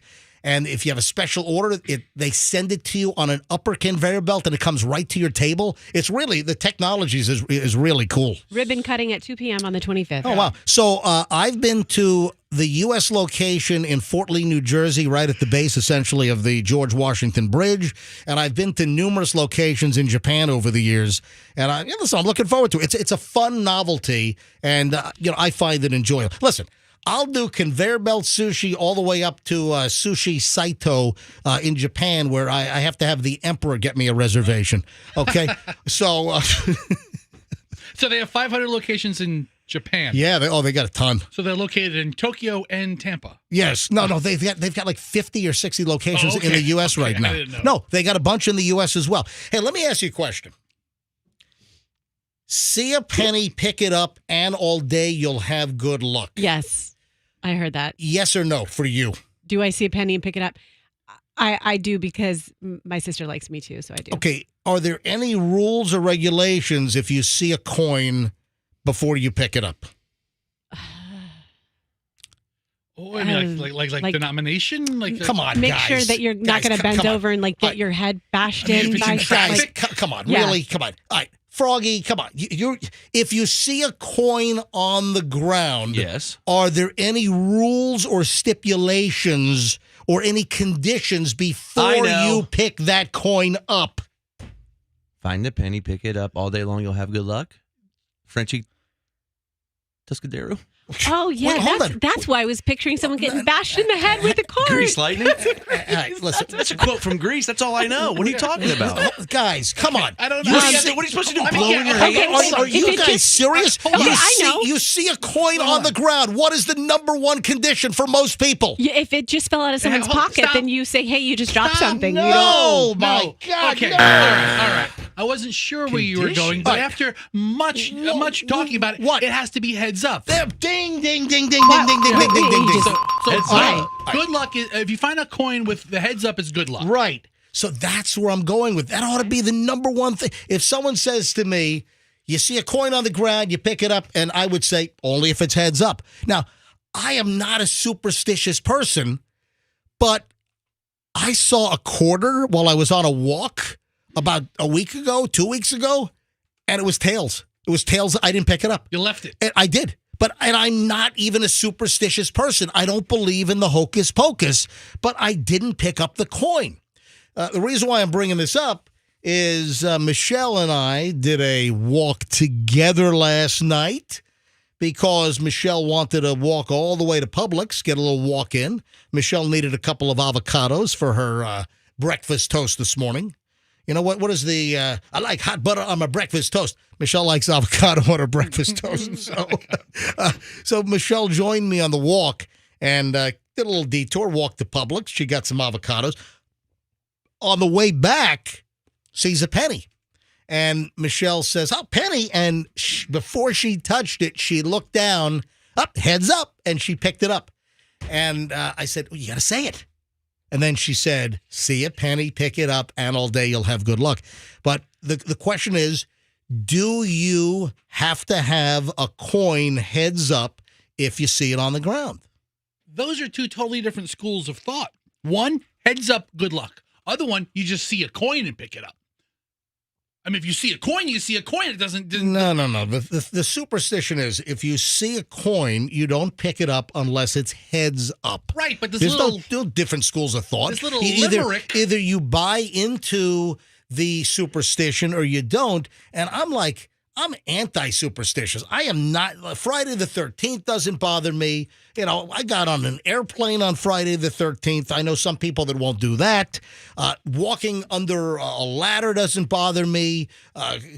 Black cats cross my path all the time because we got a bunch of strays in our neighborhood. I'm serious. I'm not kidding around. I don't care about I'm not kidding around.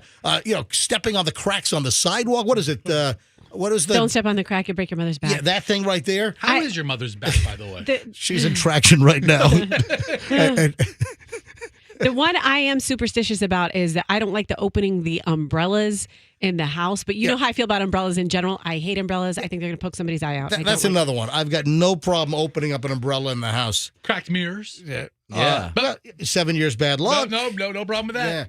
Yeah. But no, listen, I saw Michelle pick up a penny, and I thought, you know what? Let me bring this up on the program. So, Roxanne, you see a coin on the ground, and it's tails up. Do you pick it up, yes or no? Well, it's pennies. Some people call it pennies from heaven. Well, can I just answer the question? If you see a coin on the ground and it is not heads up, do you pick it up? I have to be honest. I never think about if it's heads up or tails up. You just pick it up. If I don't have my hands full, yes. All right. Fester, coin on the ground. Well, listen, you're gonna go to the nearest snack machine. So I mean, sometimes it's not worth the energy it takes to get back up. I mean, when I'm hunched over, it's a lot of effort. Oh, God. But I feel kind of stupid. There was a quarter on my walk a couple of weeks ago. There was a quarter, and I looked down, and it's Eagle Wings Up. It wasn't even like the new state quarter. It was one of the older quarters with the old eagle on the back. Before all those state quarters and all those specialized quarters came out. And I left it. But I feel, I even said to myself, man, I'm a dummy. I'm not super, but I wouldn't pick up the coin. Mm-hmm. Why? I don't know that I'd be so hard on myself Yeah, over what a is quarter. I'm such an idiot. The worst financial decision I've made in my whole life. I didn't pick up that quarter. What the hell was I thinking? I don't touch anything like that because I figure somebody rubbed fentanyl on it. That's a good, survival. What'd you call it, Froggy? Fentanyl. Yeah, it's fentanyl. Fentanyl. Fentanyl. It's one of those things. It drives me crazy. All the people say fentanyl, it's Tylenol. It's not fentanyl. It's fentanyl. NYL, not like Tylenol. NOL. So, it's got a text. MJ, you can whip out the MJ contract countdown again. Hey, Andrew, can you put that back on the board, please? The MJ, with my contract expiring, because last year I only signed a 1-year extension. Do I sign just another 1-year extension? Are they going to pressure me into a multi-year deal? Put them both up. Put them both up. Yeah, so I'm getting requests now for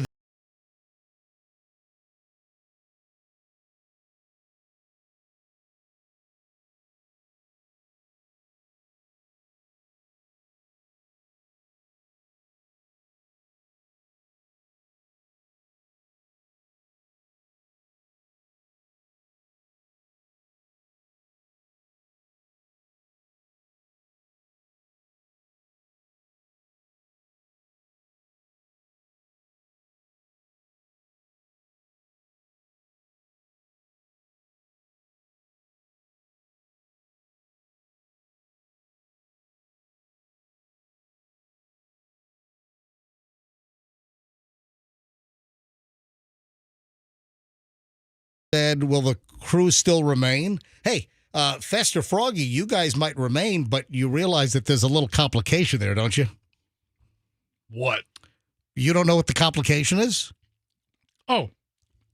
What are you eating? I'm still eating these beef nuggets or pork nuggets that was dropped off by TJ this morning. Oh, yeah. TJ, folks, if you don't know this, TJ, a listener, meets Fester in the parking lot at 5:45 with a bag of Wild Bill's pork belly bites. These are delicious. They are pretty good. Okay, so I know the problem. All right, so Froggy, what's the problem? So it's okay. I'm going to be FROGGIE. Yeah. Oh. MJ thinks and you're going to be FESTOR. Okay, let's get something straight. Get something straight. You don't own me, sucker. MJ thinks he has some leverage over something that's really nothing because the ridiculous radio name of Froggy and the even more ridiculous name of Fester, which I have no real love for, right? Is owned by MJ to be used in any broadcast capacity. Is it in the state of Florida? Podcast, good luck finding another Froggy and Fester like us. Yeah. I actually own the service marks for the state of Florida for the names Froggy and Fester in radio and podcast and entertainment usage. I will have the Froggy Fester funeral immediately, and it's the Dom and Mike show day one. Yeah, the Dom and Mike show. Wait, you get headline? Mike and Dom, I don't care. I don't want to be Mike. No. We can come up with like a really cool name like Skitch. Dom and Skitch. All right, 8:20 at the MJ Morning Show. Hey, Skitch? Hey, guys, hold on. I got a couple of things. One for both of you guys and then one for Froggy. I had a friend of mine, and I did see the story. It's been in the pile. I just haven't gotten to it, but it makes sense now. Did you see the guy that created the Carolina Reaper pepper? He has come out with a new pepper that is ridiculously hotter than the already jacked up Scoville united Carolina Reaper. The dude's name is Ed Curry. A buddy of mine, Bobby, sent me a text. Hey, you got to get Froggy to chew on this thing. I don't even know if we can get our hands on it. I'm not chewing that thing. But Ed Curry from South Carolina, he is like this pepper expert who is into crossbreeding peppers, and he invented the Carolina Reaper, which is hotter than most pepper sprays that even, police use, or even, I think, some bear sprays. Now, Pepper X is what it's called. Pepper and then X. What is this, some tie-in with Elon Musk and his crazy Yes. Twitter platform? So Pepper X has now been declared the hottest pepper in the world. It happened last week or so by Guinness, because he's now been entered into the Guinness Book of World Records for the hottest pepper on the planet. It beats the Carolina Reaper pepper. He's been working on this now for a decade to make something even ridiculously hotter than the Reaper.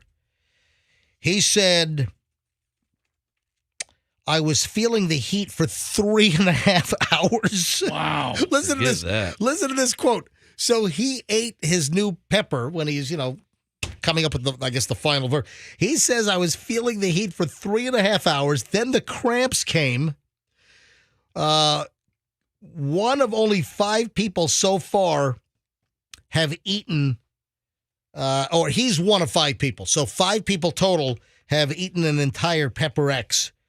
Wow. He said that some were groaning in pain for like an hour afterward, after eating the Pepper X. So there's a whole group of people who really enjoy these ridiculously hot things. Yeah, my brother's one of them. Yeah, Some people because- don't affect the diet at all. Well, you eat them, you're in pain, and then your endorphins kick in. So it's like a whole experience. I don't know. My innards just turn. Yeah. And then my outards. I'm trying my brother. What time is it? 8:23. Let me see if my bro is available. My brother is one of these individuals that seek out these hot peppers. What does he pepper up before he does his surgeries and stuff? I don't think he does that, but he always is up for a challenge. Like nothing ever is hot enough for him. Hello. Hey, Drew, it's your bro live on the air. How are you this morning? Not feeling too great. Why not? I just had to pull over and throw up on the side of the No, you didn't. No, he's yanking our chain. No, he didn't. Hey, It's actually true. You want to see it? no, Yes, no. Drew, take a picture and send it to me. Yes. No. Hey, listen. So we're on the radio show now, and we're talking about hot peppers. Are you aware of the new pepper that was just announced like a week or so ago? Wait a minute. Can I interrupt for a second? Yes. Did you ask me how am I doing? How am I feeling? Why are you sick? Oh, hang on a minute. Okay, I'm sorry. Is there anything you could do to help me? Yeah, we're not the doctor here. We don't care. Yeah, you're the physician. All right, Drew. These are good questions, Drew. How are you doing? How are you doing? How are you feeling? Is there anything I can do from hundreds of miles away in Tampa? You could call fire rescue of Delray Beach, and you can send them to A1A and the bridge. No, we don't do that, Drew. We don't make false call-outs to authorities, Drew. We're on the radio. That wouldn't be false. Are you okay? Drew, are you okay?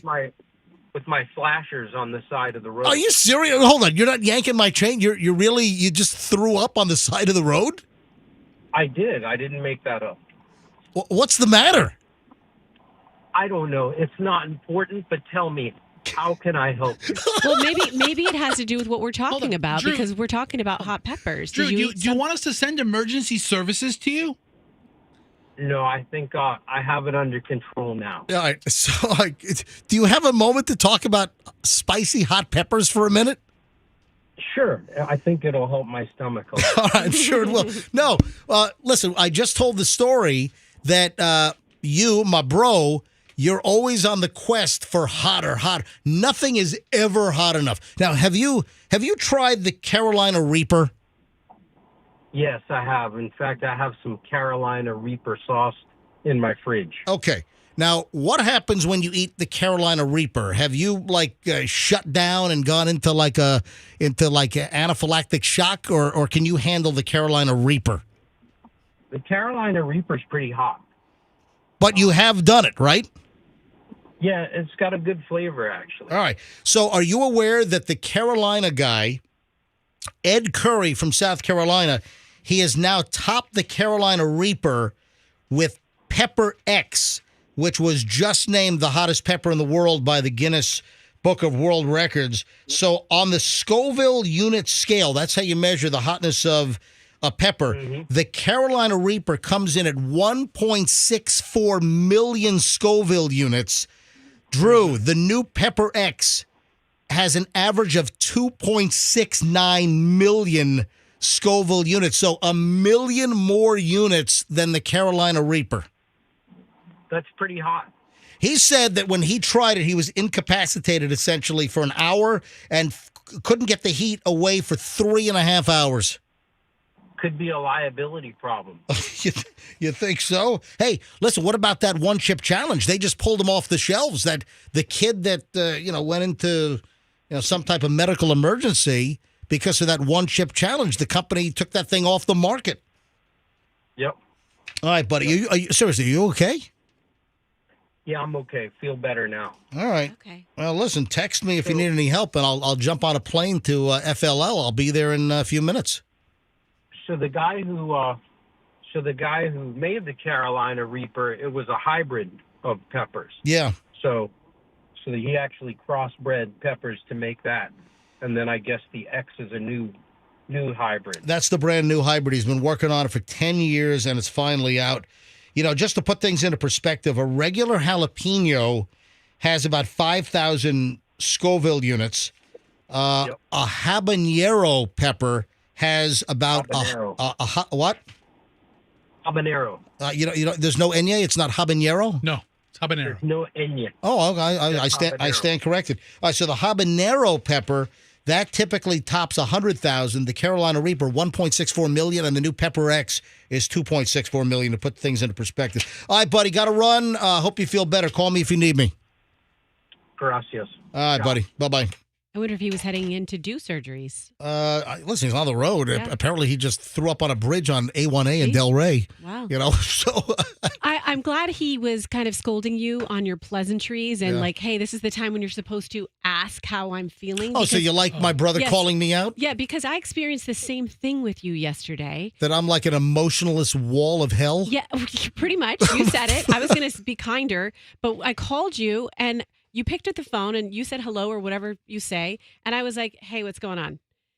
And you said, well, you tell me. You were like, you got all like lippy with me. And I'm like, dude, that's it. That's my sense of humor. No, all right, Roxanne calls me and asks me what are you wearing right now? No, I didn't. I said that's a pleasantry. I'm kidding. So, so Roxanne calls and Roxanne says, what are you doing? No, that's what I say to people when they pick up the phone if I'm going to have a conversation with them. And I had to explain that to you. I'm like, this is a pleasantry. I said, hey, what's going on? And that's how you start a conversation. No. And then you say. It's really not. Hold on. I think Fester's in disagreement. All right, so that's what Roxanne said. Roxanne, I'm driving. Roxanne calls me yesterday afternoon, and you say, I said, hey, what's going on? I said, hey, what's going on? And I'm like, I don't know. You called me. I mean, yeah. But it's a pleasantry. I'm not going to say, hi, this is Roxanne, because obviously you have caller ID and you can see that it's me. Fester, would you like to weigh in here? I've spoken to MJ thousands of times on the phone. Mm-hmm. The average length of the phone call, 18 seconds. I was going to say 15. Oh, well, he and I talk for but there's no longer stretches of time. Oh, la. But there's what was that? Hold on, I got to laugh after that.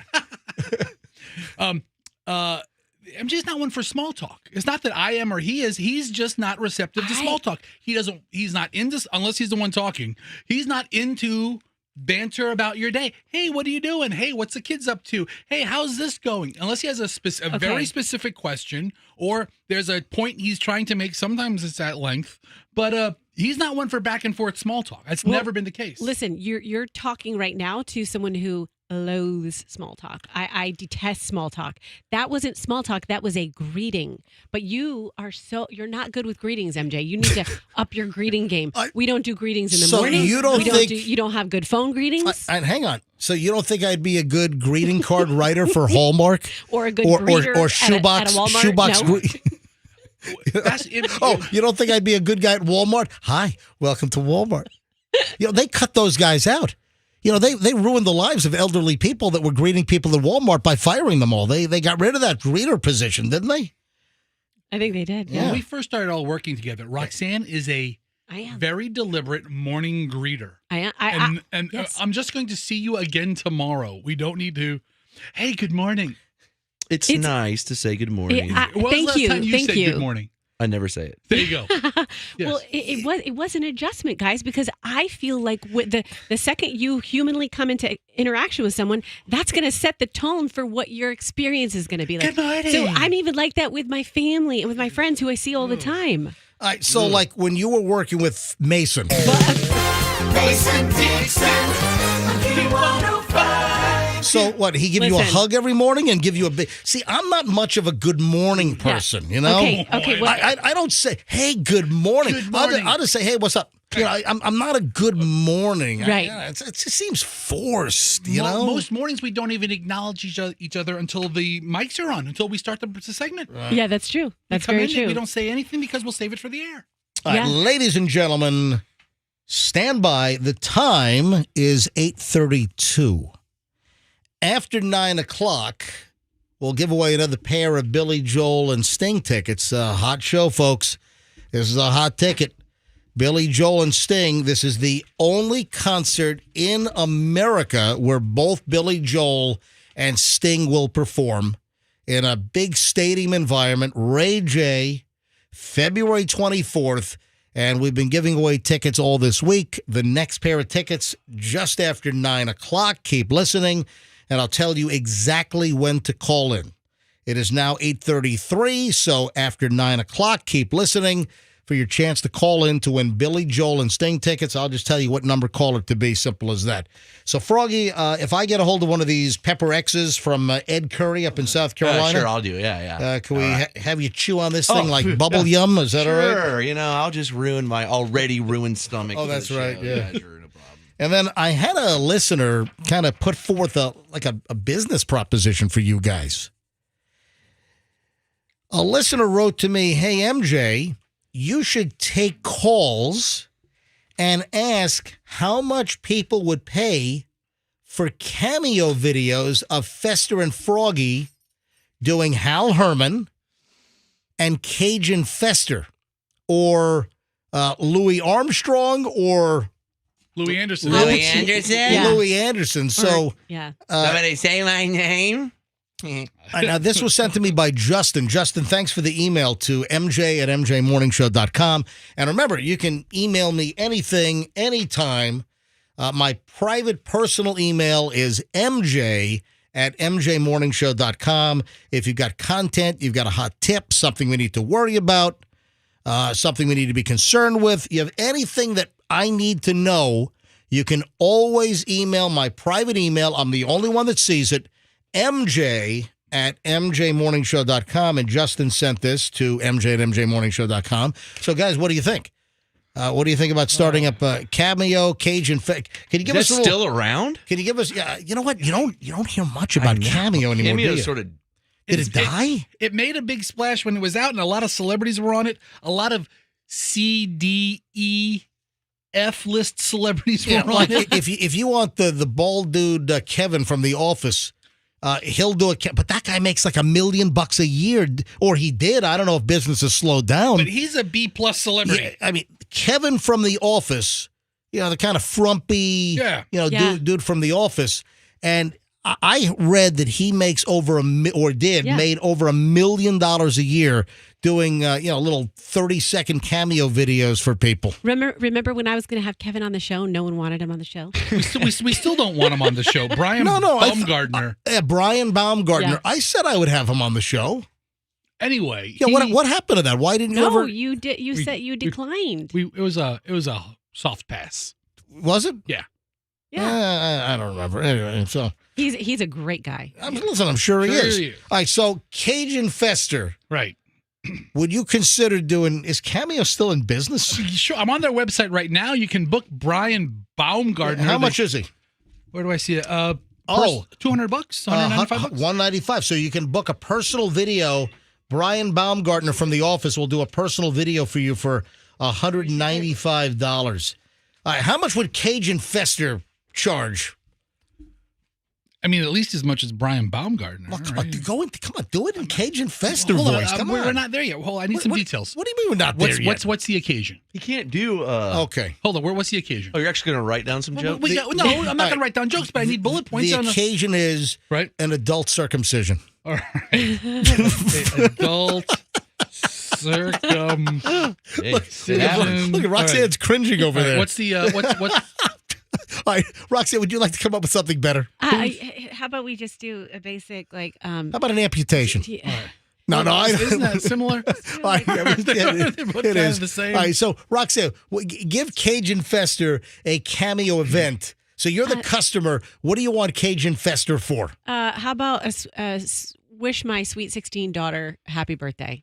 Oh, that's much different than a Sweet 16. Can she at least be an what adult? What are the two names? The person getting the adult circumcision and the sweet 16. What's the name of the slicer and dicer? The guy getting the adult circumcision, his name is Merv. Merv, okay. Yep. And what is the young lady who's turning sweet 16? Sally. No, Gertrude. Okay, Gertrude. Gertrude. Merv and Gertrude. What are the loved ones' names? Like this is from, mom and dad, or this is from Mel is Gertrude's father. Mel? Yeah. And give me another one. Dolores.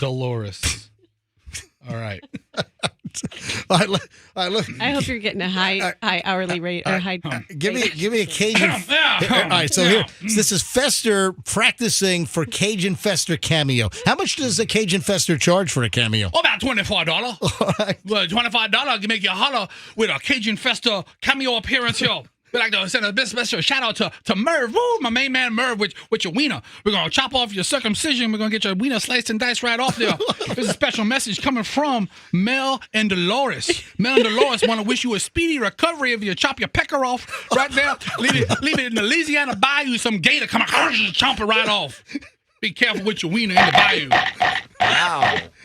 Cajun Fester. That was $24 right there. $24. That's it. You better dress up like a Cajun guy. You know what else make you holler? Chopping off your wiener. All right, so how about Louis? What's his face? Louis Anderson from Family Feud, Froggy. How much is a Louis Anderson cameo from you? Oh, I'd have to say at least my weight. $400. That's the going price.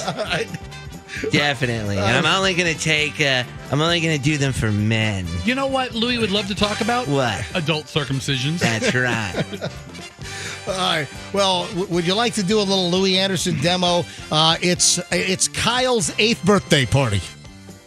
This is a little awkward. I don't really. Can I talk to Kyle's dad, maybe? I don't really want to talk to the little kids. Little kids are annoying. When I was a little kid, my dad beat me and made me eat. Forced me to eat. Did I ask how much was a Louis Anderson cameo? His weight. $1 for every pound. 400.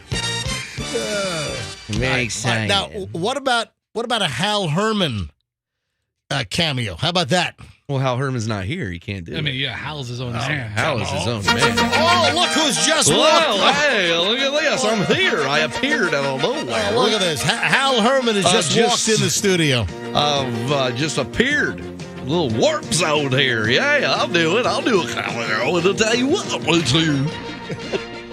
How much is a Hal Herman cameo? About $45. $45. Sounds like a drunk Gene Deckerhoff over there. I love Gene Deckerhoff into the 40, the 30, the 20, the 10. Oh, my. Touchdown Buccaneers. Gene Deckerhoff. I love Gene Deckerhoff. He's the best. He's the man. Moving along, ladies and gentlemen. You see Alec Baldwin? Oh, he's in trouble again. Yeah. Hey. What now? Yeah, Alec Baldwin. There is chatter that he is going to be indicted. He's going to be recharged. No. Yeah. What, you can't just shoot and kill somebody? The latest, and what is it, 6 months?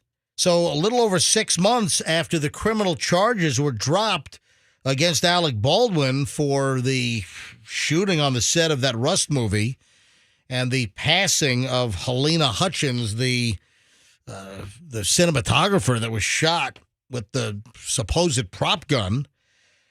There are reports that new involuntary manslaughter claims could be thrown before a grand jury in the next couple of weeks.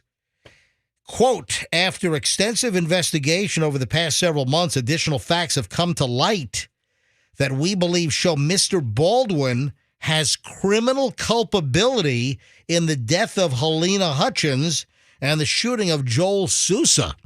Now, wasn't he like, the assistant director or whatever his deal was? He was like behind her. No, he was shot first, I thought. Yeah. Wasn't he shot first through the shoulder and then the bullet hit Helena Hutchins, I believe, if I'm not mistaken. This is according to special prosecutors out in New Mexico, and they're saying that grand jury is going to get new evidence. What do they have? What's new that's going to show new culpability or a different fact pattern that they're going to go after Alec Baldwin for?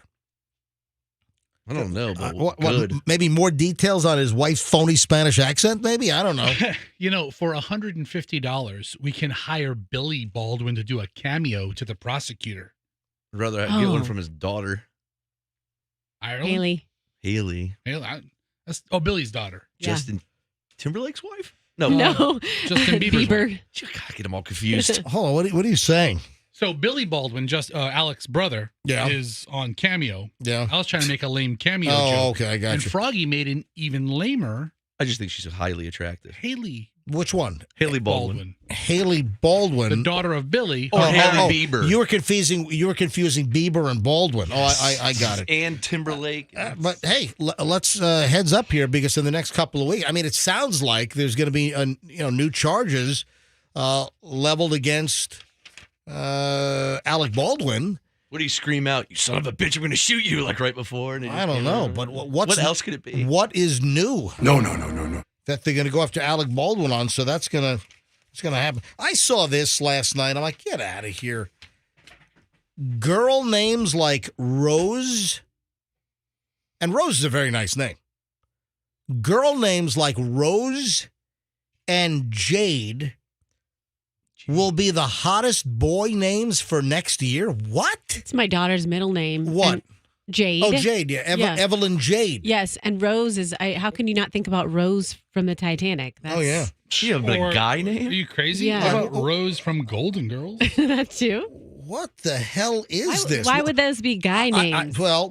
So I saw this story last night. The Post had the article that moms-to-be are giving traditionally masculine baby names such as Michael, John, Charles, the heave-ho, and embracing names like Carmen, Hazel, and Rose for incoming little boys? What? Okay, good. Let's emasculate men further. Where the hell is this coming from? So I've known men named Carmen before. Yeah, that's fine. You know what? I don't think I've ever known a male Carmen. I've known female Carmens. I've known a Carmine. I've known a couple of Carmines. Yeah, you got Carmine, some wise guys back, in Brooklyn or something, but, plenty of Carmines, but I've never heard of a Carmen. I've heard that as a man's name before. Really? I have not. I've never heard of Rose or a male Hazel. Come on. You're going to name what mother is going to name a boy Hazel or Rose or Jade? Get out of here. Some celebrity. Oh, Rose, you smell like a rose, you sweet boy. No, it doesn't go to... Hazel is maybe a evolution of Hayes. There's several guys that's not a boy's name, Hayes. Maybe Hayes, but Hazel is absolutely a girl's name. And, a very old girl's name. I mean, I think that was a popular name for kids born in 1907, I went to Publix the other day, and my cashier's name was Michael, and it was a female. And I'm like, what's up with your name? That's my name. And she's like, yeah, you don't see many female Michaels. Listen, but I've heard of that. I've never heard of that. Oh, yeah, I've heard of that. A female Michael? It's outrageous. It's happening. So this is interesting. Some parents do like to name their child a neutral name, gender neutral, so that when they're, their name's seen on an email or on a class list, they're not judged. But naming your kid Hazel is not a gender neutral name. Right, or naming your kid Rose, if it's a boy, is not a gender neutral name. Come on, that's ridiculous. All right, in 1900, Rose was the 17th most common Oh, female wow. name, and Hazel was the 24th. Yeah, I had an Aunt Hazel. I had an Aunt Rose as well. I think like great aunt or something. The perfect baby name for 2024 is one that is ahead of the style curve, personally significant and identifying and identity defining. What? From I guess it's the name site Nameberry.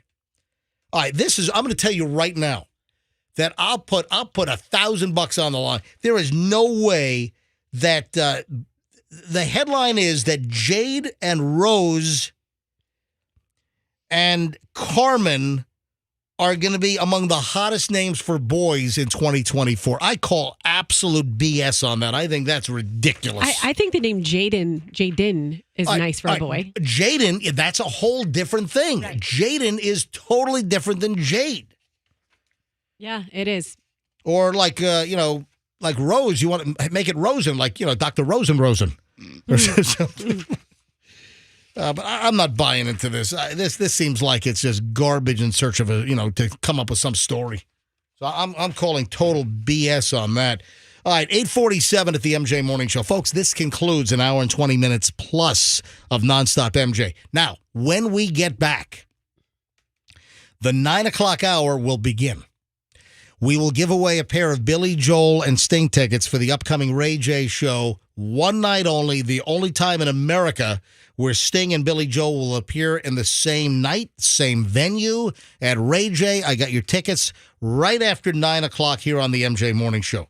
Coming up in just a bit, Fester, there is a zip code search that's going to show the friendliest, best places in America to trick or treat. Oh, I thought you said zip code, and I was like, oh, wow, I'm interested in that too. Also, Walmart and the uptick in self-checkout problems. And you know what? This reminds me of a video that somebody sent me of just blatant theft.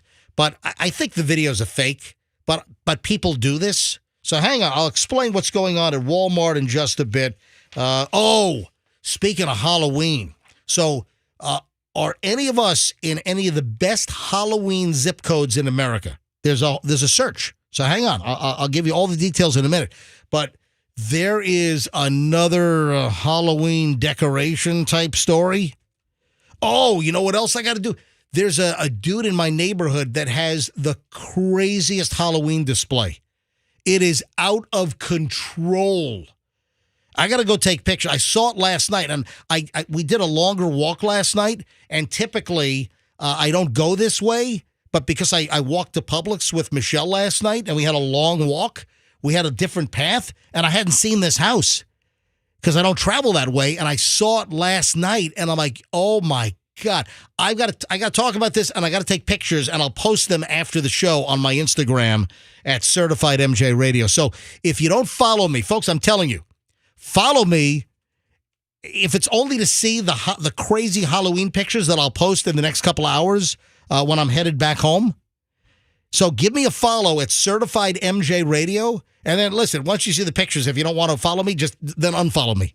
But you got to see the pictures that I'm going to post probably in about 2 to 3 hours from now. All right, hold on. All that and a whole lot more, including the Billy Joel and the Sting tickets, all on the way from the MJ Morning Show here on Q105. Stand by. I don't know if you heard.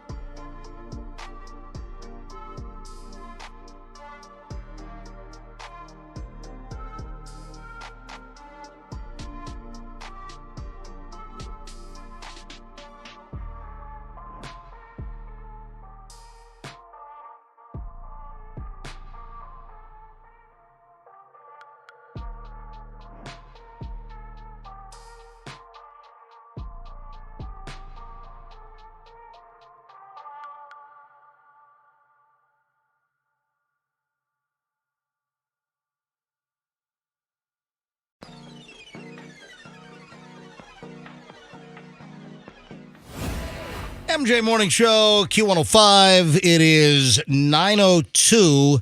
Tickets coming up shortly. Billy Joel, Sting, Ray J. One night only. The only concert in America where both Billy and Sting appear at the same venue, same night. Hot ticket. We got some. And we'll do it again today. We'll do it in minutes. We'll do it tomorrow. We'll do it Friday. So all this week we're giving away the tickets right here in the 9 o'clock hour here on the MJ Morning Show. Remember to always tell 3 people whenever you can. Just it would be really appreciated to tell 3 people a day if you can that they ought to listen to the MJ Morning Show here on Q105, 104.7 FM. Yeah, not just for like the free crap we give away, but also for just the quality entertainment free of charge here on the MJ Morning Show. Did you see, and we'll get into this later on, just a quick little note, little placeholder here so I don't forget. The police chief in Clearwater is pissed. Did you see like the breach of trust from this officer and what this dude did? You're talking about Chief Gandy? Yeah, Chief Gandy. Did we ever find out if he's related to like the Gandy Bridge and, you know, the namesake there? I'm sure you're right. We did not. Anyway, so the new chief of police, Slaughter used to be the old chief of police for Clearwater. The new chief dealing with a mess with an officer that went bad. So we'll explain coming up in just a bit here on the MJ Morning Show. So Halloween zip codes. Check this out. Instacart. Now, this is kind of a promotional gimmick. Listen, you're going to have folks talking about Instacart all over. They know what they're doing, but it's kind of interesting. How they come up with these metrics, that's. Anyway, the story is top zip codes in the United States for trick-or-treating, according to Instacart. So how do they come up with the data? What are the metrics here? What do they use? What is the analysis? So they've introduced this tool where you enter your zip code, and it will give you your scare score. And they take data. So they analyze candy, costume, and decor purchases via their platform. So they're okay. So they know how much is being sold in certain zip codes, and the more that's sold, they assume, oh man, they're really into Halloween. Man, they get a higher Halloween scare score. Okay. So that's the deal. Listen, it's kind of an interesting concept. Whoever came up with this, I think it's pretty smart. Listen, we're talking about it. I got suckered into this, all right? So the scream-worthy spots in the United States, the top 10, let me tell you right now, not one is in freaking Florida. Not one. Although I'll tell you what, if you judge by this guy, down the street from where I am, and the guy's crazy Halloween setup. Oh my God, he's way into it. The dude's house that I walked by, and I typically I don't walk by this part, but Michelle and we took a long walk last night to Publix because she needed the avocados, and she said, "You know what? I'll walk with you. Well, let's go to Publix," because Michelle never walks with me. I always walk alone. I feel like I'm like a rhinestone cowboy. Hey, MJ, this list. You're like Johnny Cash. Walking these streets alone. Hey, Andrew, give me Rhinestone Cowboy by Glenn Campbell. Glenn Campbell. Oh, such a good song. Know every crack in these dirty sidewalks of Broadway. How the hell do you know these lyrics? He loves I love Rhinestone Glenn. Cowboy. I love man. Glenn Campbell. Glenn Campbell's Rhinestone Cowboy, it's kind of like sort of like a Sweet Caroline. Like Neil Diamond, it is, the whole seventh inning. That song is sort of like that. I wish it had that kind of popularity. But I usually walk in the streets alone with my night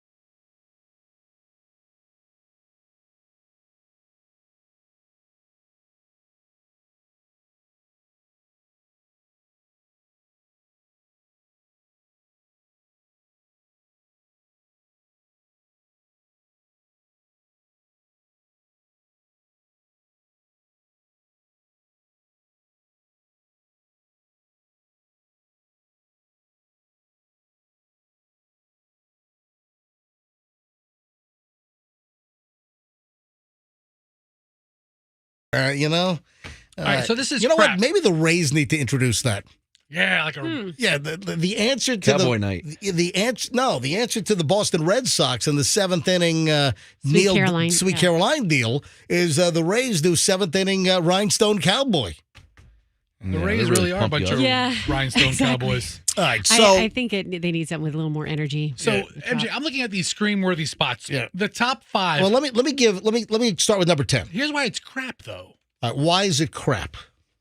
The lack of variety in the top cities. All right, here we go. Listen, Instacart is claiming that these zip codes order the most candy, the most costumes, the most Halloween-related stuff via Instacart. That's how they came up with the list. Nothing in Florida. Number 10 is zip code 93536. That's Lancaster, California. Moorestown, New Jersey. 08057 is number 9. Garden City, New York. That's Long Island. Not far from the Hofstra bubble where Chloe did plenty of soccer practices. 11530 is number 8. Beaumont, California, 92223. I don't know that we need every zip code. All right, then 60606 is Chicago, as opposed to the Spiegel catalog at 60609. 84. I think I'm dating myself. 84045 is Saratoga Springs, Utah. Then there's South Lake, Texas, Houston, Texas at number 3 and 77024. Dallas, Texas, 75205 is number 2. And the number 1 most scream-worthy, most Halloween-happy zip code in the United States is Lehi, Utah, 84043. Hold on. And they have a 100 scare score. So I would imagine that's pretty Mormon. Are the Mormons into Halloween? Yeah, that doesn't make Or sense. they just into chocolate. No, Or candy. Am I wrong? I thought maybe Mormons were kind of like anti-Halloween. I don't know. That's why in the top 5, there's 3 cities in Texas and 2 in Utah. All right, Festa, what is your zip code? What am I? I'm a. Do you know? Yeah, hold on. I'm a 33613. 33613. Okay, what is your scare score? All right. I have to zoom in. 336. Where am I? Your scare score sucks. Easy now. So up in Lutz. Come on, where are you? You find yourself? 33616 12. I don't know where that Right there, is. right there. Oh, you just had it. Stop. Up one more. Right there. Okay. Oh, your zip code is a 67.5 scare score. That's terrible. Yeah, that's really bad. All right, so my zip code is 33609. So type in that 33609. Ooh. I'm higher than you. My scare score is 73 points. It must be the neighbor down the street with his crazy Halloween display. Still generally sucky. Yeah. What? Do mine. Yeah, Roxanne, what is your zip? 33626. 33626. All right. 76.6. I think you might be a couple of tenths higher than my scare score. Ooh. But if you look, MJ, like the bright orange is the scariest, like Palmacia, 33629. 87.6. Odessa area. I go to Palm Harbor. Like I see some like Palm Harbor 34683, 79.7. Go to Apollo Beach. Apollo Beach. Apollo Beach. Ugh. Apollo Beach, 75.8. All right, it's not terrible, but I thought right there. Gibsonton, a 49.9. Tell me that's not the But scariest. that doesn't make sense. all the- Gibsonton's scary on its own. Hold on. Right? I'm afraid. No, I mean, All the scary carnies? well, yeah, I mean, it's got that lure. It's got the. Didn't Lobster Boy live there? Yeah. It's a yeah. carny place, Well, right? well, he doesn't need a costume. Yeah. So he's go to like Brandon. Go to like 33511 is a big hot zip. Brandon 33511, a 75.9 score. Anyway, What about Wesley Chapel? Wesley Chapel 88.0 if you're in the 33543 up in Wesley Chapel. Yeah. Anyway, listen, if you're curious, hey Andrew, you might want to do a little write up on this. Do a little MJ Morning Show write up post on this. With the link to Instacart so people can find out what their Halloween scare score is. You want to hear a real scary Halloween story? And then I got the 910 must hear. You know what? Let me do the 9 because it's 911 going up on 912 right now. Let me do the 910 must hear story, and then I got another Halloween story. Which, man, I don't know how you make this mistake. You know, we talked about some, kind of some grisly Halloween stories recently. Wait to hear this one. I'll get to that in a second. First, though, the 910 must-hear story of the day is something that Gen Z is doing increasingly more. So, Roxanne, let me see if you can guess this. It's Generation Z, so it's 1997 to 2012, and it's female. What are female Gen Zers doing a lot of, according to the stats? I mean, could you give me more information? It's kind of broad. Has to do with their body. Gen Zers are going braless more. No, but you know what? You're in the right category. Underwearless. Nope. Stay on top there, Toots. Toots. So we're gonna. I'm kidding around. Come on, Froggy. They're going jewelryless. They're doing what? No jewelry. Like No. I'm trying to take. Listen, your guesses are clothing items off. Your guesses are decent. Deodorantless. Nope. Generation. Do warmer, colder. Do hotter, colder. You were very warm with the braless thing. Very, Okay. very, very warm. They're not wearing pasties anymore. Warm, still warm. Warm. That was a silly guess. Warm. Piercings? Okay, piercings. Are we concentrating on the nip? I don't know what we're Froggy, doing. I come don't- on. this is No, the most- it's- I mean, we're going to go on forever. No. Honed in on that. All right, That's where it seems like we're all right, warmest. you're in the right area. Generation. Nipples? No. What? Just tell us, please. Generation Z women. Andrew just Andrew just gave me a guess in my ear. He said implants. Great. Now, The guy that knows the least about sort women's of, guessing. sort of the opposite. What'd you say? What did I say? Nothing. I didn't say anything. All right, so I might have said the guy that knows the least about women's guessing. what do you mean Andrew knows? Stop it. All right, so Says the guy who wants to put barbecue sauce all over his wife. That's all right. foreplay. It's foreplay. All right. Here it is. So it's the opposite of implants. Generation Z women are getting breast reduction surgeries at a higher rate, an increasing rate than other ages. Gen Z women getting breast reductions. Now, you look at some of the numbers here, and there's even, I guess, a social media angle on this, that a lot of Generation Z women, and these are younger women. I mean, these are, born 1997 to 2012, are increasingly sharing their breast reduction stories online. I don't know. Is it that they're just sharing more? Yeah, that's a good question. I mean, a lot of things that people didn't talk about 15 years ago, people are open to talking about now. Listen, maybe, but I'm just saying that the stats are showing that more women in that age category are opting for, if they have naturally, large breasts, that they're getting reductions at an increasing level, and they're sharing the stories on social media. Well, this is maybe another question for Drew, because maybe he's seeing more of that. Maybe the technology is, or the techniques are better now than they were X amount of years ago to get a reduction. Like they look great after you get one. I remember we talked to Dr. Adams years ago when we did these plastic surgery contests, and that was a really common thing people would inquire about. Yeah. And he said it was a very, very, very complicated procedure. Breast reductions are more complicated, dramatically more complicated than enlargements and putting in, an implant. All right, let's do the tickets right now. I don't want to make you wait too long here. I like to vary it up a little bit. It's 9:16. Let's give away the Billy Joel and the Sting tickets right now. Let's go with caller 105. So plenty of time and opportunity to get in. I'm not doing some kind of short, lazy thing like caller 7. Caller 105. If you are that caller, you'll win Billy Joel and Sting tickets, one night only, the only show in America that has Sting and Billy Joel, and we've got it right here in the Tampa Bay area at Ray J, Saturday night, February 24th. Caller 105, 800-990-1047. That's how you get in. 800-990-1047. Caller 105, you got the tickets. One more time on the phone number, 800-990-1047. So So we have a lot of new listeners. I'm every day I'm getting new little social media comments or direct messages or emails. Hey, just started listening to the show. Love it. So Lots of first-time texters today, so hello. Oh, really? Yeah. See, that's another indication. Just tons of first-time texters as the MJ Morning Show continues to grow. Andrew will alert me when we have caller one. Oh, you know what, Andrew?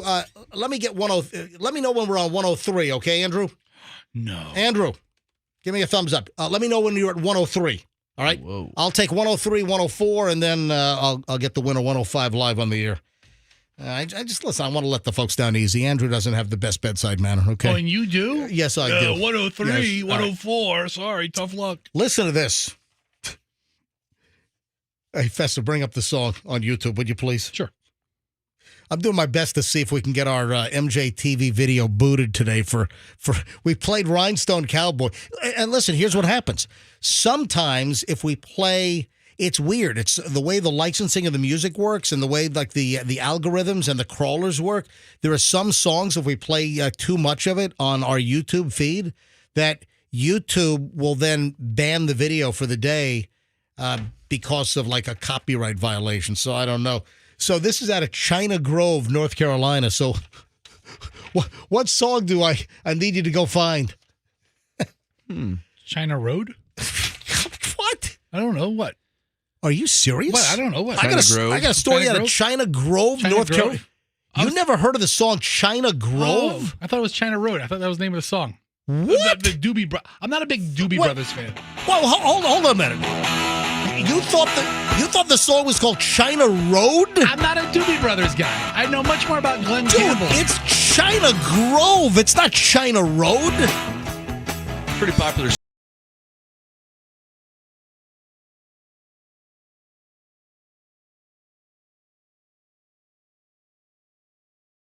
China Grove. I thought it was China Road. No, it's not China Road. Sorry to piss off all the potheads who love the Doobie Brothers. All right, anyway, so here's the deal. Tell me if you would make this mistake. A North Carolina family in China Grove, North Carolina, they are very upset. Their loved one's body was mistaken for a Halloween decoration and left outside for days. What? Yes. Wow. What? Yes. Who made this mistake? Hold on. They mowed the lawn around him. What? What are you laughing at, Fester? It's not funny. What does the rest of the yard look like? I mean, my neighbor has enough crap in their yard That you probably couldn't tell. that if you put a dead body, if my neighbor Terry keeled over in his front yard, nobody would know for 4 days. Listen to this. Robert Owen's body was found in China Grove. His family discovered that their lawn care worker mowed around his near-naked body. The lawn guy apparently thought it was a prop, a Halloween prop. It was his client. It was the my God, a day later, somebody else made the gruesome discovery. Don't know how you can do that, said Owens' sister, Haley Shue. Mow right around, right beside somebody and assume that they're a Halloween decoration at a house? And, How is this the lawn guy's fault? How does the lawn guy not know the guy is dead on the he's mowing? He's just like weed whacking around the dude. It's not a Halloween decoration. It's a dead body. He probably did edge right around his body. Probably hit it a couple times with the weed whacker. I mean, if he hits him with a weed whacker, it would, All right, the last time the family saw Owens was on Sunday, October 1st. It wasn't until a week later that police found him down along a driveway. Didn't he smell? He had little clothing on, and his face was down in the grass outside a home that the family says has been vacant. So I guess he went to visit the home and somehow died. This is nuts. Police told his sister and mother that the 34-year-old hadn't been shot. They had to gather the rest from a construction worker on the property. Construction worker told us that he had cuts and scrapes. Ugh. Like defensive. This is nuts. This is awful. Yeah. But how is this the lawn guy's fault? Don't make him the bad guy. The guy's young. The guy was in his 30s, this Robert Owens. And apparently family members said he was known to do drugs. They say, however, that doesn't explain how he ended up where he is. But how does the lawn guy mow around the body Oh, yeah, look at this Halloween decoration, man. That looks real, man. How do you do that? You put me on a zero turn. I'm just looking at the grass. All right, that's idiotic. All right, I've gotten the alert from Andrew that we're up to caller 103, so let me grab it. Hi, good morning, MJ Morning Show. Who's this? This is Crystal. Crystal, listen, let me let you down easy here. You're so close. No. You're caller 103. Oh my goodness. Yeah, I know. Okay. But look, Crystal, if you obviously you're not going to win right now, but we'll do it again tomorrow and Friday, okay? Perfect. Hey, Y'all have a good day. Crystal, where are you calling from? Tampa. All right, Crystal, thank you for listening to the show. I really appreciate it. All right. Thank you. All right, Bye-bye. Why You would bet. you do that to her? Yeah, I Hold know. on a minute. Listen. What are you doing? And then you Andrew, kept her on the phone for longer than necessary. Andrew has to tell them that they're caller one. Why can't I? No, I'm but gonna. he just rattles off. I'm 103, gonna 104. do it nicer Because though. when you pick them No. up, they think they're going to win. Yes. You complete rude This person. This guy's a loser too. Now, this one really sucks. Hi, good morning. It's MJ. Who's this? Hey, this is Don in Tampa. Don, listen, I hate to tell you this. You're caller 104. I'm 104 and you got to be 105? Yes, sir. Sorry, Don. Don, listen, we'll do again tomorrow and Friday, okay? Okay, any consolation high five? Yeah. Virtual high five? Yeah, virtual high five. Don, thanks for listening, buddy. Okay, thank you. All right. Hey, maybe you should have been a doctor like your brother. You're really good at delivering bad news. Your bedside manner is the pits. Here we go. Hi, good morning, MJ Morning Show. Who's this? Hi, this is Vicky, Vicky, where are you calling from? South Pasadena. Vicky, would you like to be caller 105? I would love to be 105. Would you like to see Billy Joel and Sting One Night Only, Ray J, Feb 24? You bet. You are caller 105. You win. Woo! All right. That is awesome. Let's put that in a promo. Woo! Hey, mark that promo time. Woo! All right. Hey, what was your first name again? Vicky. Vicky. Well, listen, congratulations in South Pasadena. You are caller 105. You go into the show. You got the tickets from the MJ Morning Show and Q105. Thank you so much. Vicky, we really appreciate you listening to the MJ Morning Show. Do you listen every day? We do. That's what I want to hear. All right, Vicky, hang on, and Andrew is going to give you all the information to collect your tickets. All right, enjoy the show. Okay, thank you so much. All right, so, should I do? Here we go. Hi, good morning, MJ Morning Show. Who's this? This is Mike. Mike, man, this sucks. Mike, I hate to do this to you. You're caller 106. You're the one after the winner. Oh boy. Well, sorry, Billy Joel. Yeah. I think he'll be all right. Hey, Mike, where are you calling from, buddy? Bradenton. All right, man. Listen, we'll do tickets again tomorrow and on Friday, okay? Sounds good, sir. Y'all take care. And I really appreciate you listening to the MJ Morning Show. All righty. Thank you, guys. Man, he's all dejected. He's going to run his car off a bridge now. It's your fault. Yeah, it's all my fault. I'm instrumental in his demise. All right, at 9:25 at the MJ Morning Show. Yeah, more Billy Joel and Sting tickets tomorrow, Thursday, and then on Friday, as we're giving them away all week long here on the MJ Morning Show. Final chunk of the MJ Morning Show next. Yeah, the Clearwater police chief, man, he is ticked.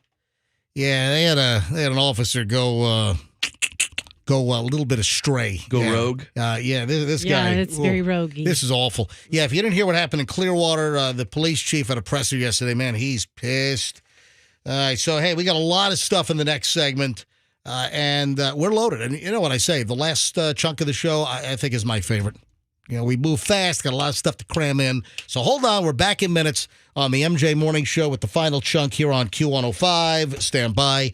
Want to welcome again a brand new sponsor to the MJ Morning Show. It's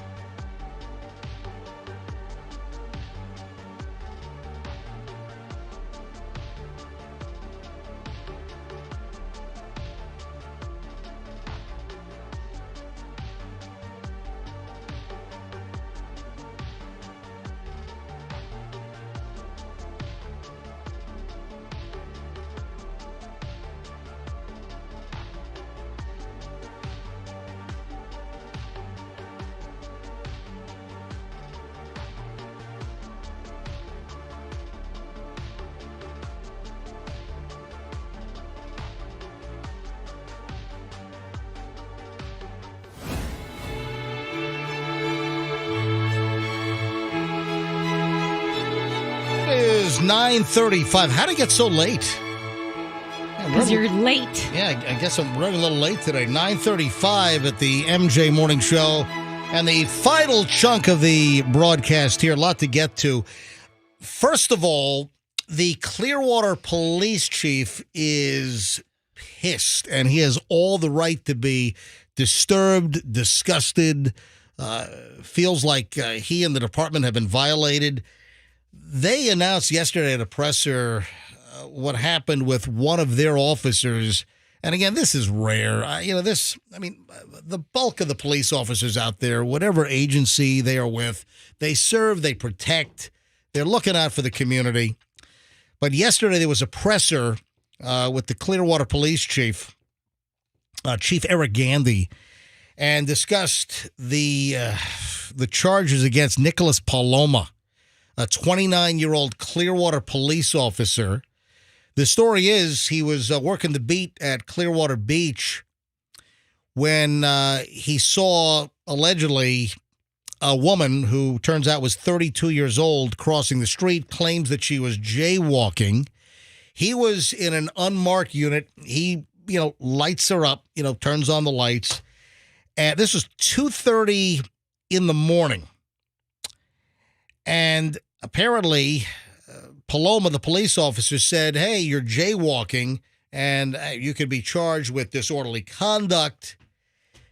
The woman turns out to be a tourist, apparently, and told the woman, get into my car. So she gets into the front passenger seat. These are all details given away by the chief at the presser yesterday, Chief Eric Gandy, yesterday afternoon. And the chief said that he told her that he would take her to her hotel and she could take care of the charges by doing things for him. Oh, my God. All right. Okay. Yeah, so just a terrible story. And here you got one bad officer. This has got to this stings. This hurts. I mean, this is so, counter to what police agencies do. So I know that this is just killing Chief Gandy, the new police chief in Clearwater. Here's some audio from the presser. Officer Nicholas Paloma has been with the Clearwater Police Department since 2018. He was arrested by our detectives within the last couple hours for false imprisonment and sexual battery. The incident occurred early Sunday morning. Officer Paloma conducted a pedestrian stop on the victim. She's 32 years old, and it occurred at the Clearwater Beach roundabout. He engaged her in conversation, told her to get in his car. She entered the passenger front seat, and he told her he would take her to her hotel, and she could take care of the charges by doing things for him. What the hell happened to this guy? I had to check myself for coming in here because I'm exceptionally upset about the betrayal of trust, the level of confidence that people have in our officers. It's exceptionally damaging to our reputation and the reputation of everyone in law enforcement. You know, listening to these words, it's so tough for the chief to have to deal with this. This is the last thing you'd expect from one of your sworn officers, but also his language and his cadence and his emotion. I mean, I thought he was very wide open and he didn't hold back, and he understands that, he has to just, lay it all out, and he's really laying emotions raw and how he feels about what occurred. It erodes the confidence in our profession, and on a personal level, I know how hard we struggle to maintain trust. So for me, having to come here today was infuriating because I have to have this conversation with you. But it's an important conversation to have, and these are important facts to relay to you. I give Chief Gandy in Clearwater, I give him a lot of credit for just opening up. I mean, he's laying his emotions just raw and on the line here. He's saying what has to be said, and you just don't expect to have to hear this. But I give him credit for his candidness and his openness here. We take this extremely seriously, and it's intolerable in this profession and certainly in the Clearwater Police Department. And that's my reassurance to you and to the victim of this terrible crime that we are still putting every effort into this case to ensure that we follow it through to the end and make sure we have justice for the victim in this case. This dude's in trouble, facing charges. This former officer, Nicholas Paloma, 29. Listen, innocent until proven guilty, but charged with sexual battery by a law enforcement officer. That obviously is a position of trust. False imprisonment. This officer Paloma has been with the department since 2018. Nothing previously in his jacket. No previous disciplinary history. His perf switch went off. Something happened, but you know what else? This is important. They're looking for any other individuals that might have had an encounter with him. Yeah. It can't be his first time. Yeah, if anyone else was a victim or if anyone else has anything similar, they want to hear from people and call the Clearwater Police Department if anyone out there had any similar encounter with this guy. Because they say that it could have happened previously in the past. And as Froggy just said, this might not have been his first rodeo with this deal.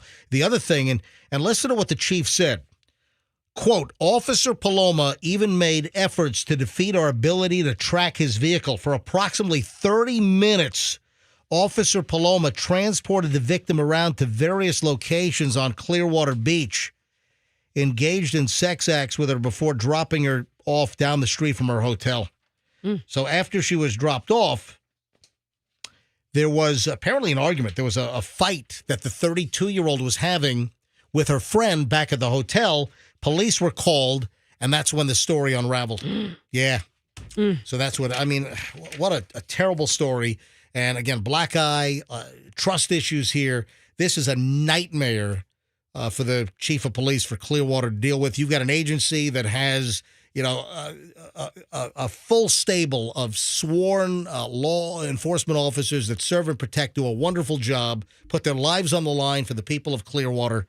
And then you got a bad apple here who's accused of this. So he'll have his day in court, innocent until proven guilty, but the charges are pretty serious. So, ick. Yep, that would be an ick. You want to hear another ick? Sure. I didn't mean for this segment to be the ick segment. That's the way it goes sometimes. Let's just put him in the pizza oven. No. Yes. What? Yep. I'm confused. A pizza oven isn't nearly hot enough. Is Well, that was the nickname.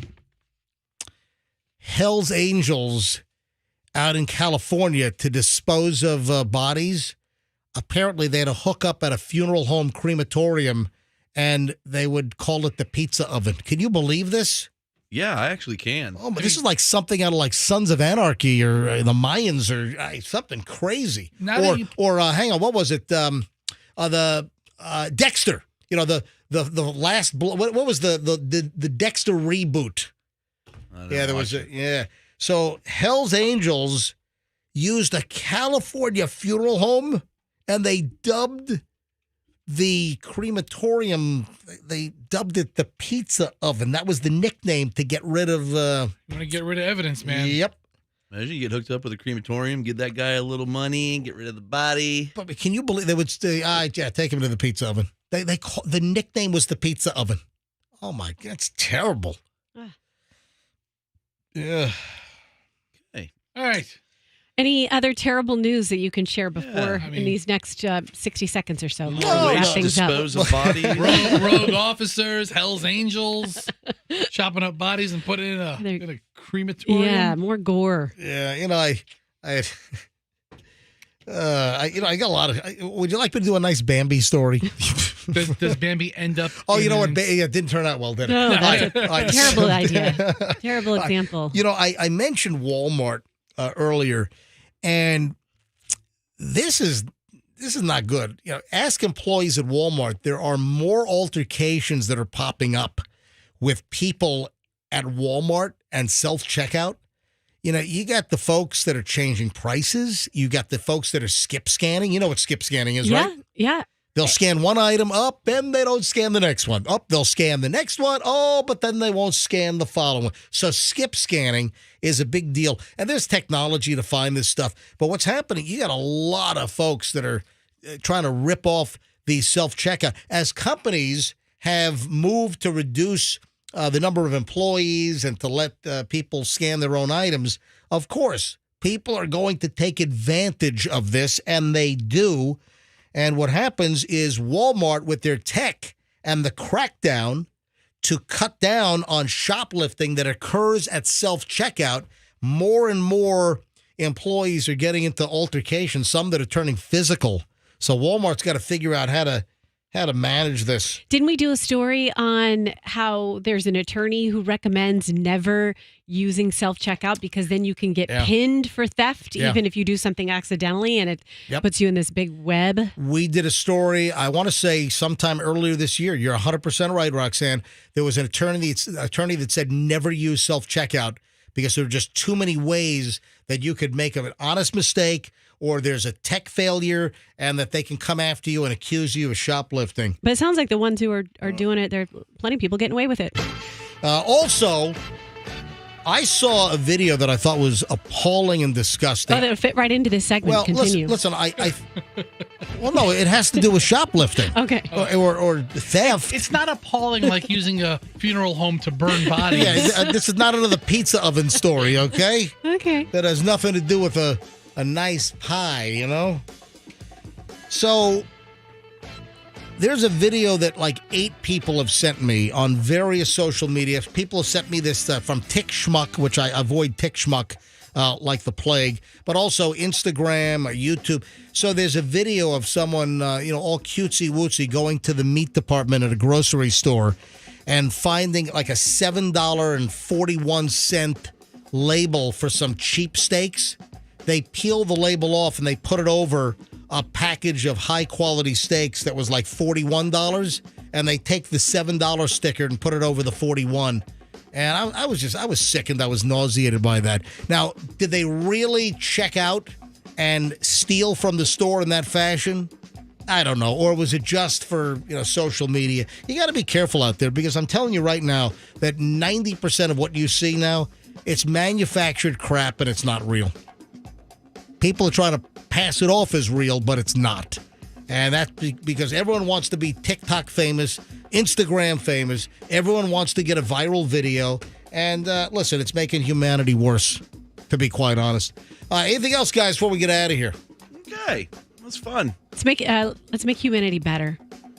Yeah, well, you know what? Let's do it by tomorrow's show. Let's do it by ending the show today. Yeah. Today was a great show. Yeah, until we started talking about Hell's Angels using crematoriums as the pizza oven to get come rid of dead on. bodies. That's a great story. Real heartwarming story. The pizza oven. Listen, we do it all here at the MJ Morning Show. I'm sorry. We do a little bit of everything. Let's switch it to the happy vibe. And all right, so we got to roll. We'll see you back.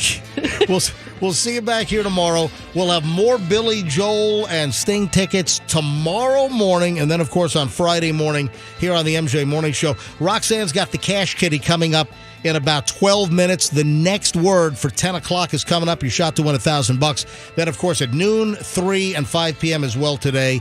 Cash Kitty for $1,000 each time. Your chance to win with our national text-in contest here on Q105. Folks, have a great day. We'll see you back here tomorrow on the MJ Morning Show, and let's be careful out there.